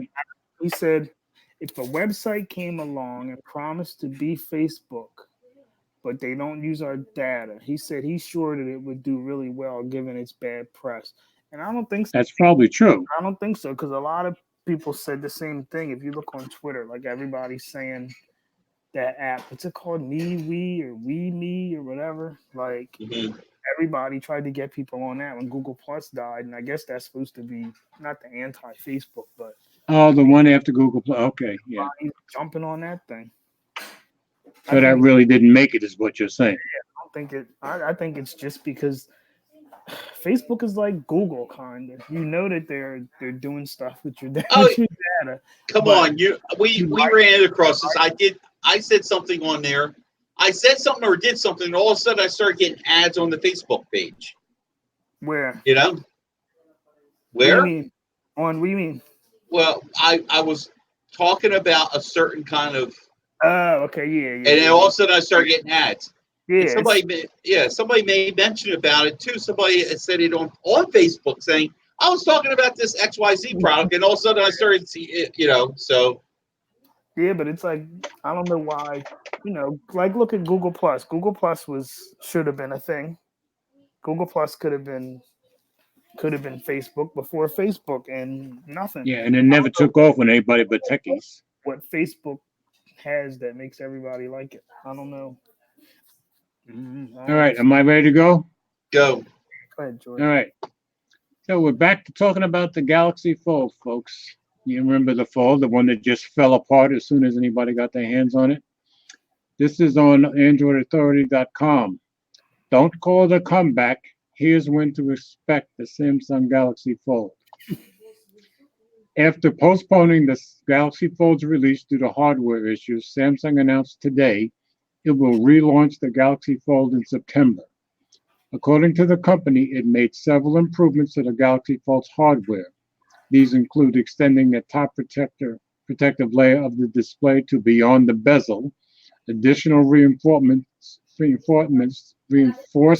better protect the phone from dust and other particles, and protection caps for the top and bottom hinge area. Samsung also added additional metal layers underneath the display for reinforcement and reduced the space between the hinge and body of the Galaxy Fold. Here's hoping the improvements fix the Galaxy Fold's hardware issues. According to several reviewers, original issues included screen flickering and a bump appearing under the display. The phone's protective film layer was also mistaken for a screen protector. It should now be more clear that this is an integral part of the Galaxy Fold design and should not be removed. As for when we'll see the Galaxy Fold again, Samsung said it'll be available starting September in select markets. The company will share more details as we get closer to launch. It will cost $1,980, same price as they've said all along. And the thing that struck me, where it says added additional metal layers underneath the display for reinforcement and reduced the space between the hinge and body of the Galaxy Fold. Now, part of the dirt getting in underneath was coming in to the hinge. So they reduced the space, but doesn't that kind of say stuff can still get in there, or am I missing something? They lessen the chance. My thing is, I still had this picture of them, the day that they announced it, and then the reviewers had it for about a week. I mean, this whole time I thought they maybe made a whole couple thousand. That's what I thought too. Yeah. So what did it go back in those things and open them up and fix the hinge? My guess is they trashed them all and started over again. That's my guess. Whew. George, Ouch. Yeah. They knew it was broke when they put it out. and you said that all along. You said that from the very beginning, and it seems like you were right. They released it, and they still know that it's not going to sell now. Oh yeah, and didn't one of the engineers admit that you were right, that they knew that it wasn't ready? But they're going to release it to select markets because at this point, I don't really think the carriers have nothing to do with it. Who wants to? You really think AT&T wants to sell a $2,000 phone, and then that already has a bad reputation? Yeah, people are going to come back and be like, they're going to be like, oh, well, your 30 days is up. You can't trade it in. You know how many exemptions they're going to have to make for that? Exactly. The phone has problems, or the people just don't like it. And can you imagine the restocking fee? They'll have to charge you for that. Yeah, $1,000 restocking fee. It'll be more than $35. Yeah. That's why T-Mobile's like, yeah, we're jumping off this train because they know that it's going to be a failure. Yeah, I agree. It's like they're trying to recoup some of their money back. And I guess see what they should have did was they should have put the phone out kind of like Google did with the lens and all that. They should have priced it high or whatever and let it be known like this is basically an experimental thing. Yeah, because that's what Google did with the lens. They made people know this is a beta product. Sell it on the website. You don't got to put it out in the store. You can say you're working on the technology or whatever. Yeah. And that should be it. Because I can't even see how How can somebody accept that? If I pay $2,000 for a phone, there is no way that I want to see a crease in it. I don't care after how long it is. I don't never want to see a crease. Yeah, That's like people when they complain about burning. At least it takes a while to get burning. And even in those early videos, every time MKBHD or Michael Fisher, any of them folded, you could see that crease was there. You know. Yeah, but that's what I'm saying. But George, they were like saying, I seen the guy on Twitter the other day. I can't wait to get the fold. Like, of course you can't wait because you're not buying it. But if you were buying it, there's no way that you can be happy with that. After 3 days, it has a crease down the middle that you're never going to get rid of. And even with all the problems, they all were still saying they were excited about it. Yeah, because they're not buying it. I don't see how they can be happy about that. I guess because I would never get one for free, so I'd be paying for it. But there's no way I'd be happy about having a big crease down the middle for $2,000. The technology is nice, and they can use that for that's the thing. It doesn't. Your phone doesn't have to fold like that. Like your phone can fold like the Axon M or whatever y'all use now. Your phone can fold like that, and if it's good enough, people will like it. Your phone don't have to fold down the middle if it's going to make a crease. Use that for something else. Use that fold. That's what makes the Axon M. Don't use it for that. That's crazy. $2,000. And it's a Samsung, so you know they're not updating it. Yep. Well, we'll give them a chance. They'll at least update it to, December. You probably won't even get a security patch on that thing. Not that they do much, but you probably wouldn't even get that on there. Remember, wait a minute, in Google I/O, they said they're committed to foldables. Okay, that's right. And didn't they build foldables into Q? Like into Mike, listen, let's not talk about Google because I get disappointed. Because Google is the worst. Google is like, we're building support for foldable phones, for notches, for this and that. And then they just happen, they know what's coming because they see what the people are doing and what they're asking for. And y'all still make the worst looking notch, the most late looking design. Like I don't know what so you're not on board with this, huh? I don't know what they're doing. Like the notch doesn't, it wouldn't be, if it was an iPhone notch, it wouldn't have been that big. Why are you going to make it that big?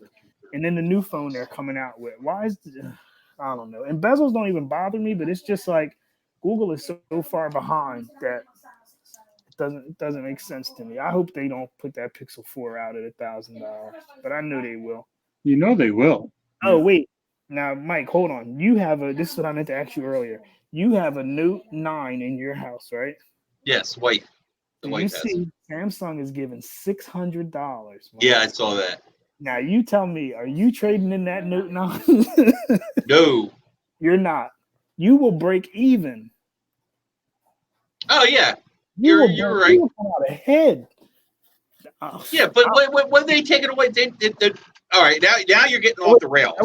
Listen. Wait, does your wife use the headphone jack? George, here comes a rant. Watch out. No, listen. Does your wife use the headphone jack? No. Does she? Not all the time. Not all the time. The SD card slot. She'll say, "What's that?" Okay. I think the Note 10 comes with earbuds or something, the Samsung buds. Okay. And you're gonna come out ahead, just like everybody. All right, I'm gonna take a chance, and if I do that, and then also they're gonna come back to me and say it didn't work, it didn't function right. You not get your credit back. Wait, what's his name? Tech King Mike. He was on the stream the other day, and he made a point, and I seen Jay Will was talking about it too. He said everybody laughs at Samsung for their resale value because it's trash. Like selling it is trash. But Samsung does the best trade-ins. And if they're giving you $600, you have an international one. If you get $600 for the Note, and you can pay, you figure, I don't know how much it's going to cost for the new Note, but I guess you can get the base model. You can't get the MKBHD expensive model. But if you can get the Note for like $400, you wouldn't do it?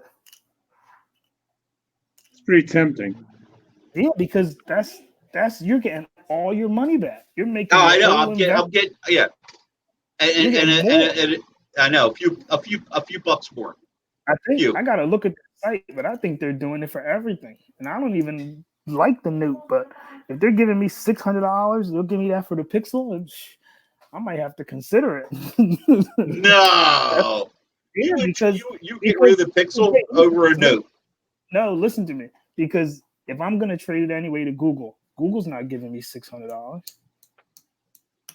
Google It's might not give registered to Mike because it's a Note from China, right? And if not, if I'm not mistaken, interesting. I'm reading Six's comment. Okay.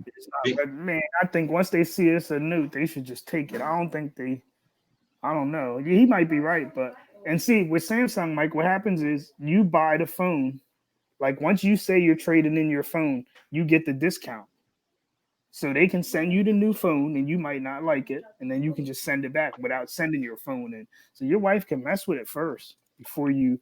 No, that's a good point. That's a pretty good point. I'm just saying because that's a crazy amount of money to get back, $600. It is. It is.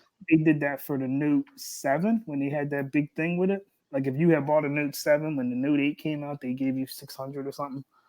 But yeah, that's or you could get it. Your wife doesn't like it. You could give her one of your other phones and keep the Note for yourself. And that's like, nah, Mike's not getting rid of that OnePlus, George. No, I know that. That. I'm saying he'll never. Mike, he said, read his comment. Tech for you. That's what I'm saying. I'm about to read it out loud. Samsung Galaxy Fold, 2 points. One, they have to get out of. They have to get it out. If they don't. Don't. The market's going to say it's a fail. Two, when it comes out, fail. Samsung is going to lose more. Samsung is taking a chance. Is talking change. Talking a change. Talking a change. Yeah, I see what he's saying. They do have to release it because otherwise people are gonna say it failed. Oh yeah, it's gonna be egg on their face. Samsung is the only one that's gonna take that kind of a risk to put out a folding phone. Samsung's the only one who couldn't afford it. Huawei was going to do it, but they're not going to do it in America now. You can count on that. I'm saying Samsung will risk it, and it can flop, and they'll learn from it, and they'll do it again the next year. That's probably true. Risk because they'll keep pushing it. Samsung market's good. Apple will never do it because they want to be the ones who do it the most perfect way that you can do it. See, and just like I seen people saying, I forget who it was. Somebody I was watching. The Note is like, why don't they make the Fold into the new Note and put the pen on it? Because what are they having? Three models of the Note now? 2 at least, but yeah, last I read was 3. Somebody said 4. I heard 4. You never had a Note, right, George? I had a Note 3. Okay, you had a Note. Mike, I had it for a year and a half. I had the S8 Plus, the S9 Plus, the Note 8 Plus, the Note 9 Plus. And the difference between the phone is like so nothing that it's like, I don't understand why Samsung made a Plus model of the S phone. I think the S models are their best selling phone, but it's like all you're getting different is the pen. You're not getting it's not, you know what I mean? I don't know. And then they're going to put the Fold out. And let's say the Fold did take off. It's kind of like everything is cannibalizing everything. But you think the Fold's going to take off at $2,000? I mean, come on. If it did, let's say it took off, and then you got the S10 Plus with the screen, let's say it's 6.4, and then the Note screen is a little bit bigger than that. You know what I mean? And then it's like they're But you have people that love their S Pen. Yeah. I don't know. I just for the price difference, I can't see it. Yeah. The reason I had a Note 3 for a year and a half before I ever got into any of this stuff, and I found I almost never used the S Pen, so that told me I don't need a Note. I'm at where am I at? Android Police. Mike, read Gary's comment, Mike. Whose comment? Samsung released the Fold down. ZTE got released. The ZTE Axon M2 Electric Boogaloo. Okay. Hey, I can see the fold. I can see the fold to be on Amazon in about 2.5 years for I don't know, $250. Six said he don't think it's the pen that people like; it's the bigger screen. See, I think that like Yeah. for me, even when I get like the Pixel, when I get the bigger, And there are people who say they like the bigger screen too. That's true. but when I get, But you can get a lot of phones with that size screen now, right?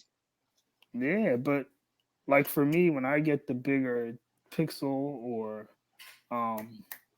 Galaxy, whatever, I get it because I want the bigger battery, and that's what I'm saying. Like the Note, it's not even that big of a difference anymore. I agree. Like at least even with the Pixel, I don't know. Like what's his name? I think it was Grant was telling me that I'm doing something wrong with the Pixel because to me the battery life isn't what I thought it should be. Right. But And a lot of people have said that. to me, all of them have been disappointing. Like I want my Pixel to last like the OnePlus last, and I want it to be consistent. It's not. The battery isn't consistent. Yeah. I mean, 3A battery is good though. It lasts. yeah, because of the screen. See, and I would take a downgraded screen if I had better battery. Right. On the more expensive one. Wow, they're giving. I'm looking here that they're even giving deals on the as far back as the S7, S7 Edge. Yeah, F7, 7 Edge, and the Active. Oh, wow, you get a chance to get some money back, huh? Wow. A Note 10. The Pixel might have to go $600. Wow, wow, you heard that first. Because I'm never gonna get that money for this phone. Samsung, well, yeah, that's true. Google's only gonna give me like 4 something, maybe. I just said that Huawei Mate 20X had a huge screen. That's what I'm saying. You're right. There's so many screens that have so many phones that have big screens now. It's like the Note isn't that unique as far as that goes anymore. Mike, it says take advantage of our trade-in offer and get $50 instant credit towards eligible devices and accessories. So they're giving you, let's say they give you 6, you're getting $650 for your trade. That's crazy. You're not. You're not gonna get that nowhere else. It goes back to who uses Nobody. I don't even see my wife using the S Pen anymore. I really don't see her using the S Pen. I know Jay Williams says he uses it a lot. I know Flossie says he uses it a lot. Yeah, I mean, to their credit, they know it's there, and they know the ins and outs and how to use it. Right. Yeah. I never had a problem with any phone except the size-wise. Here's a 5-inch phone right here. The keys are incredibly small on this phone. Right. You know, I mean, that's the only problem I had with that phone. Right. So I'm looking here. I'm looking at some of the comments. Mike, it says when you try to do it, right? It says special trade-in value revealed on 8/7. Right.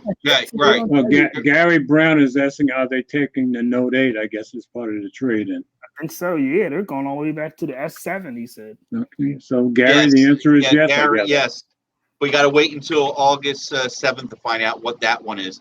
But they revealed on the other phones, the Google, Apple, and the S9, S8. Oh, wait a minute. They just revealed it here. Jason Gill makes a point of if you're trading it in, just make sure you take a video of the phone you send in turning on and not being damaged and shipped with tracking. He's got a good point. You need proof that you sent it in right. Well, I pre-reserved whatever. I want to see what they're. The third party they deal with tries to screw people. Okay, good to know. Go ahead. Gary said the Note 8, $600. That'll be hard to pass up. Yeah, it's because of the amount of money they're giving you. It's like even if the Note is $1,000, the fact that you can get it for $4. Yeah. Avon Dulco says, I know a lot of people who got the Note because it was the first big phone. It was great for people with crappy eyes. But now there's lots of big phones. Yeah. But like the OnePlus 7 Pro. Yeah, there's no S Pen. Yeah, I don't need an S Pen. There's no water resistance. No official water resistance. There's no Samsung Pay. That's true. See, and that's the thing. I also too. Well, I was just sitting here thinking about what kind of support am I going to get on the S10 versus like what my wife has. She's always getting monthly updates. You know what I mean? Wait, Mike. Okay. Yo. The phone she has is a year old, so she's catching up now. When you get this one, even though you know your updates are going to stink, and you don't have to get the unlocked model, so if you get a carrier one, you'll get more updates than the unlocked one. But I'm just saying, for the price that you're getting, like you're never going to be able to break even like that, especially with a Samsung. Gary's asking, what are we calling a big? I call a big phone 6.4, anything 6.4 and bigger, screen wise. Mike, the only time I see deals like that is like Best Buy. Sometimes Best Buy will do that, but it'll be iPhones. They'll give you $6 something. Yeah, Best Buy. Well, when the S10 came out, they were giving out crazy deals too. So, I mean, that's the one thing is if you like Samsung and you wait on Samsung, like my nephew, he just bought. Well, he had a S8, a regular one. Mm-hmm. And he traded it in to Samsung like last week. They gave him $300. He ended up spending, I think, $300 for the S10 Plus or the S10, one of them. But he didn't like it. He sent it back. He said he's waiting for the Pixel. He said the fingerprint scanner is trash. But and that's the other thing. Are they going to get his fingerprint sensor fixed too? Are they going to get that fixed? You know, that's true. That's why you gotta get it. That's why you buy it, and if you don't like it, send it back. Such a hassle. Sorry. Nigel is still defending Huawei. The Mate 20X had a pen too, guys, which I totally forgot about that myself. It had a pen? Well, he got rid of his Mate 20X, I think. Well, wait a minute, like a stylus built in? Like a stylus, I guess so. All right, George, let's get this story. And this was Gary's. All right, which one of you guys did the people in the street? I don't know. I think I did. Let me do this Pixel one because we're running late. All right. Okay, we want to pull it up, George? Now, is that the one with the stopping people in the street? Nah, the Pixel doubled its sales year over year. Oh, wait. Oh, yeah. Where's that at? Where is it? Okay, right here? TechCrunch. TechCrunch. Oh, the one at the bottom. Okay. Wait, let me. Oh, I can't even click on. Oh, there it is. Okay, thank you. All right. Wait, I'm trying to pull it up. Okay. Yeah, that's kind of an important story. You're right about that. All right, sharing the screen now. There you go. Hold on. I think I just messed it up. Hold on. All right. Google says it doubled Pixel sales year over year. I can't believe it.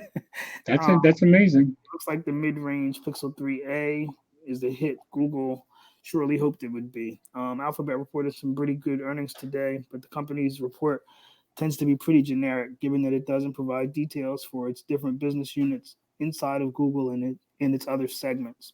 That's not to say that there isn't good news. There isn't good news there for Google. On today's call, Google CEO Sundar Pichai shared some new stats for the company's phone line.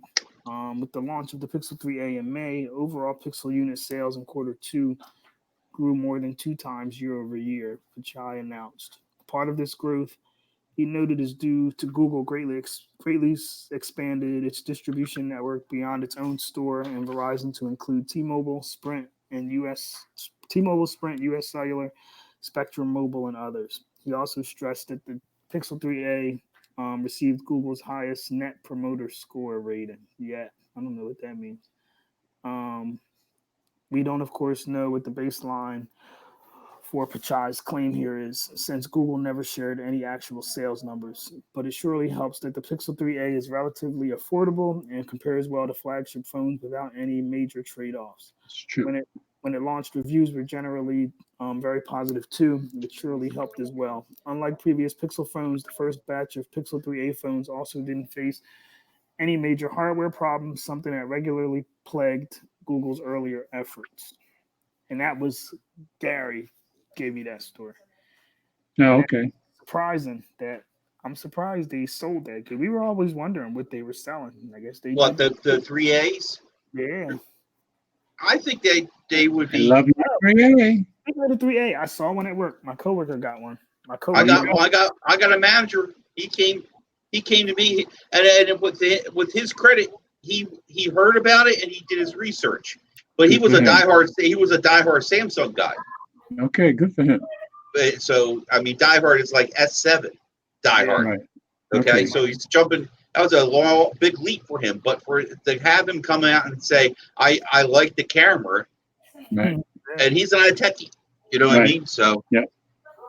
But the fact that they doubled their sales, that's pretty good for. Nobody expected that from Google. Yeah, my coworker left an iPhone. He was the one with the iPhone 5S, and he was wow. Yeah, he good went for him. Pixel 3A XL. Cool. Holy cow, he went big then too. He got Project Fi and everything. He went all in. Good for him. Yeah, he loves it. He said. I couldn't believe it when I went to work because I was on vacation. I just went back. So when I seen him, I was like, wait a minute, you got an Android phone? Couldn't believe it. He was like, yeah, I got a Pixel. I said, you're the first person I seen with a Pixel 3. Outside you or me or George, right? You know? Exactly. And I'm like, wow, I couldn't I'm shocked. Gary's right. Gary hit a big right there. Being on all carriers helped. Yeah, I agree. And that's what the story said, too. That's what Sundar Pichai said. You know. But I think it's being on all carriers and being cheap.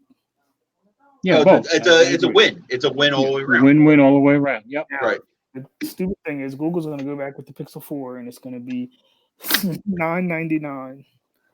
Watch. Yeah. Meanwhile, you'll be with your half price Note 10 anyway. And I'll be hanging on to my Pixel 3A. I have my $400 Note. Yeah. Real quick, Will, Net Promoter Score is an index ranging from 100 to 100 that measures the willingness of customers to recommend a company's product or services to another. It is used as a proxy for gauging the customer's overall satisfaction with a company's product, service, and the customer's loyalty to the brand. Yeah, I never heard of that one either. Nobody would ever. I don't know anybody who would have recommended like a Pixel 2. Like I would have the camera, but it had so much. Like the Pixels always had so many issues, so I think people wouldn't recommend them. So yeah, the Pixel 2 and 3 both had a lot of issues. It probably wasn't hard to recommend. You know what I mean? I mean, it wasn't. It goes back to price point. It goes back to being at all those carriers, and then when they get into the masses, people are talking about it. Hey, look at this. Oh, wait, guys. So by the way, who else has it? My cousin, and she's using that Pixel to do, those. Yeah, you told me a photo booth or something. Photo booth. She's using it. She's using the camera for a photo booth. So, and she says, yeah, it's the best darn phone she's ever had. All and right, she's far from it. Booth? What's this? What's a photo booth? Oh, when you go and pose in a picture, you got yourself decorated with some kind of goofy, like big sunglasses. Oh, okay, got you. Goofy hat. Okay. She's trying to break into that. They have a business that does Monte Carlo days. They play with card games and all that. Okay. Like when your company wants to have a big, like a party, you know what I mean? And then they're added entertainment. They do DJing and stuff like that. Okay. So Gary Brown's making a good point. Pixel 3A was the first Pixel built in-house, and the Pixel 4 will be built in-house. But was it really built? Because it looks just like a Pixel 3 XL. It's just a plastic back. Was this really Google's team that they keep saying that this is the team? Yeah, it has to be all those HTC engineers they hired. So who built the Pixel 3? Yeah, I'm thinking that was out of house. That's my guess. They took the same design and just made it cheap? Yeah, they took the same design, but they were built by different engineers. Obviously better engineers, in my opinion. But the Pixel... See, I don't think so. I still don't think this is the team that everybody keeps saying for all these years that is building their phone that's supposed to be making the best phone, because it's the same design again. No, Gary said LG built the Pixel 3.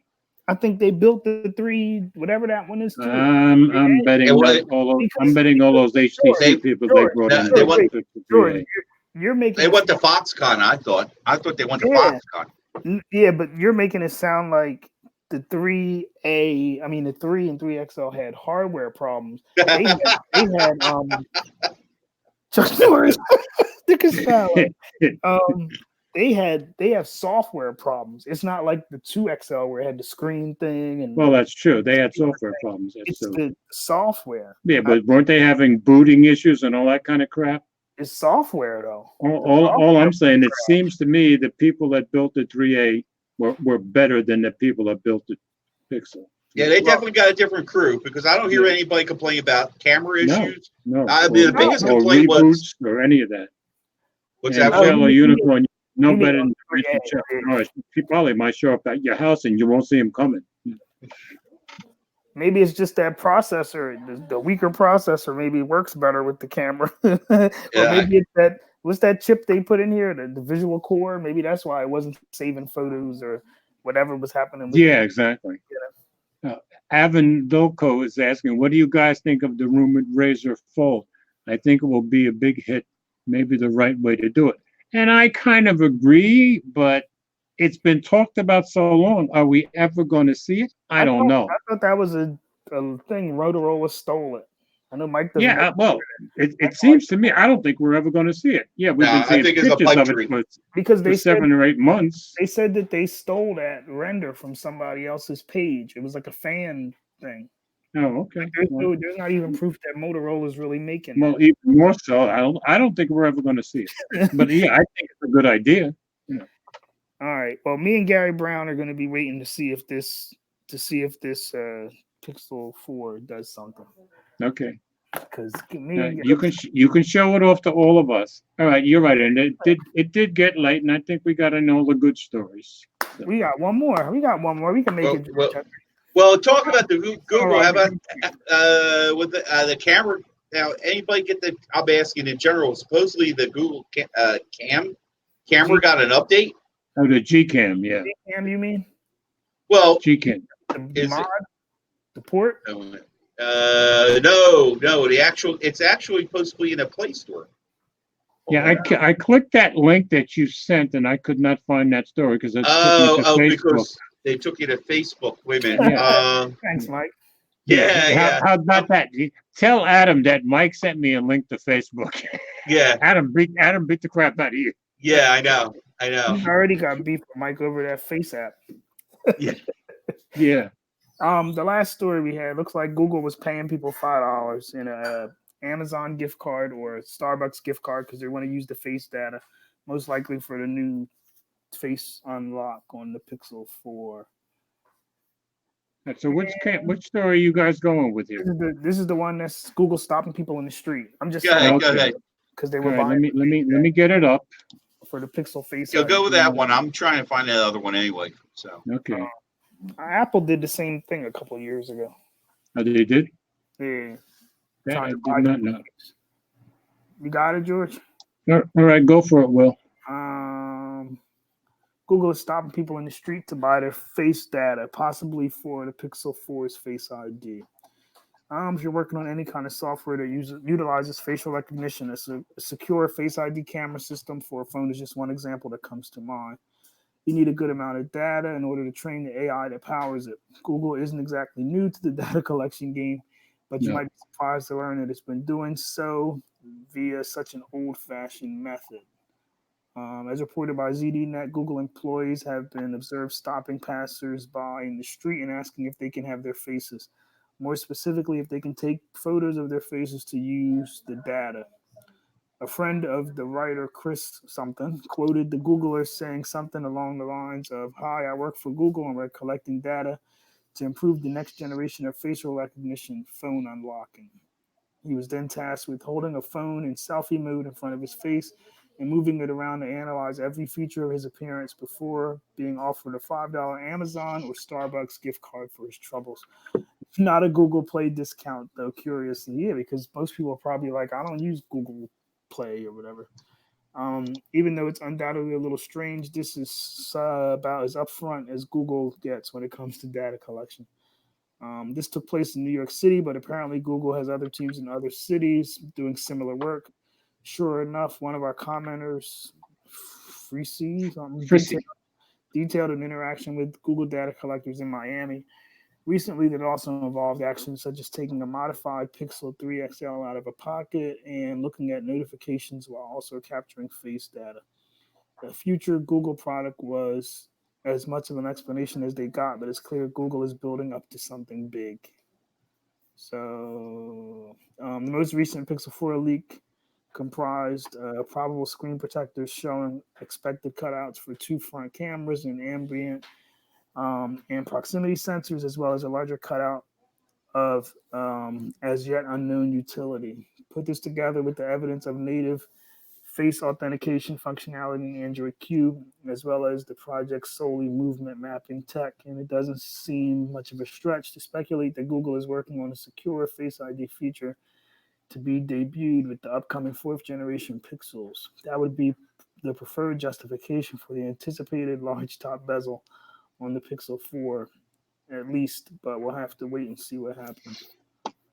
So if they were going to walk up to me and ask me if they could use my face for fishing, they're going to have to give me better than a $5 gift card.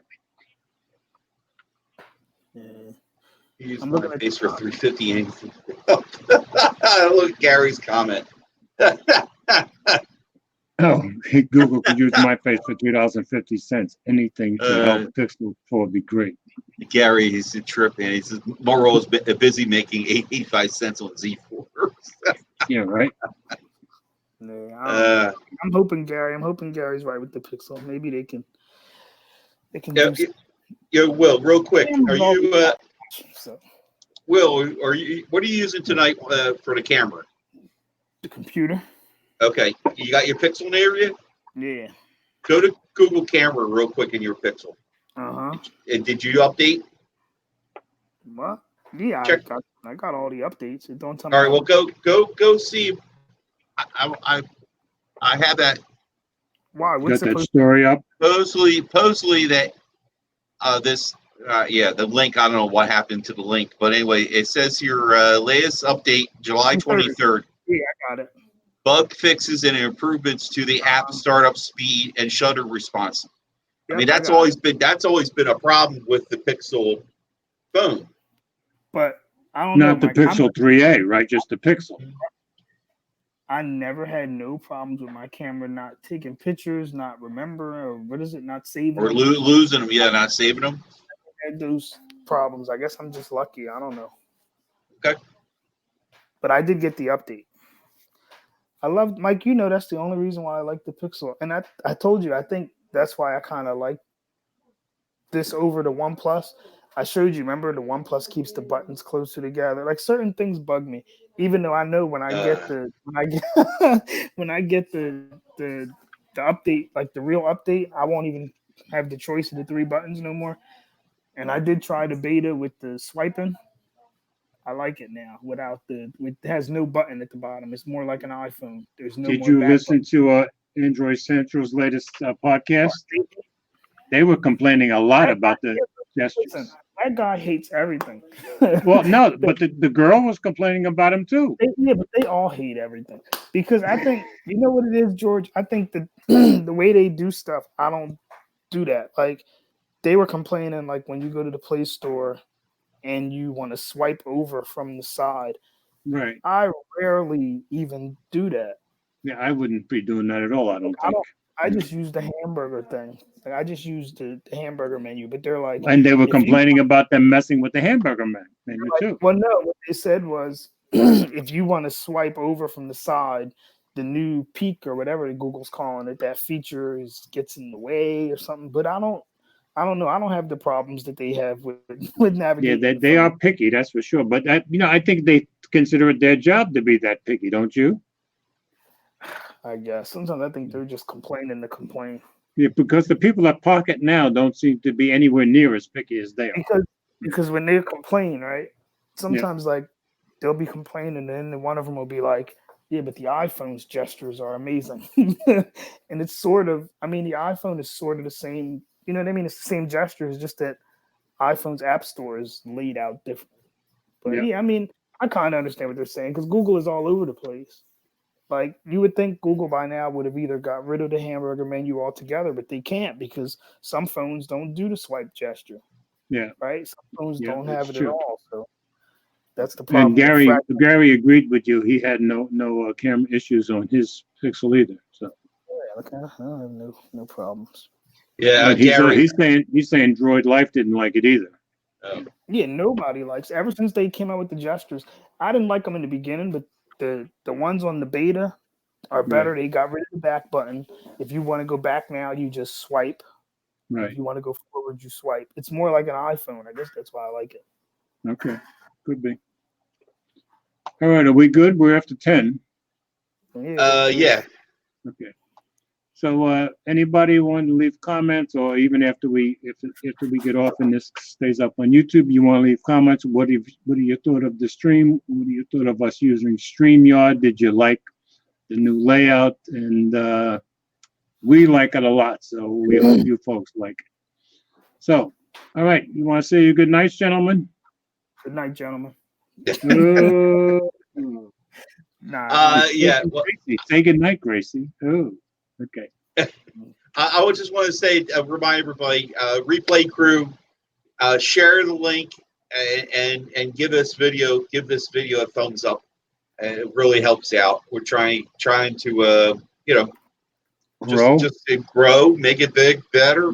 And thanks to StreamYard, I think they just made it better. Yeah. So Once again, shout out to StreamYard and to Gage Vandentop. You guys are doing a great job. Please keep it up.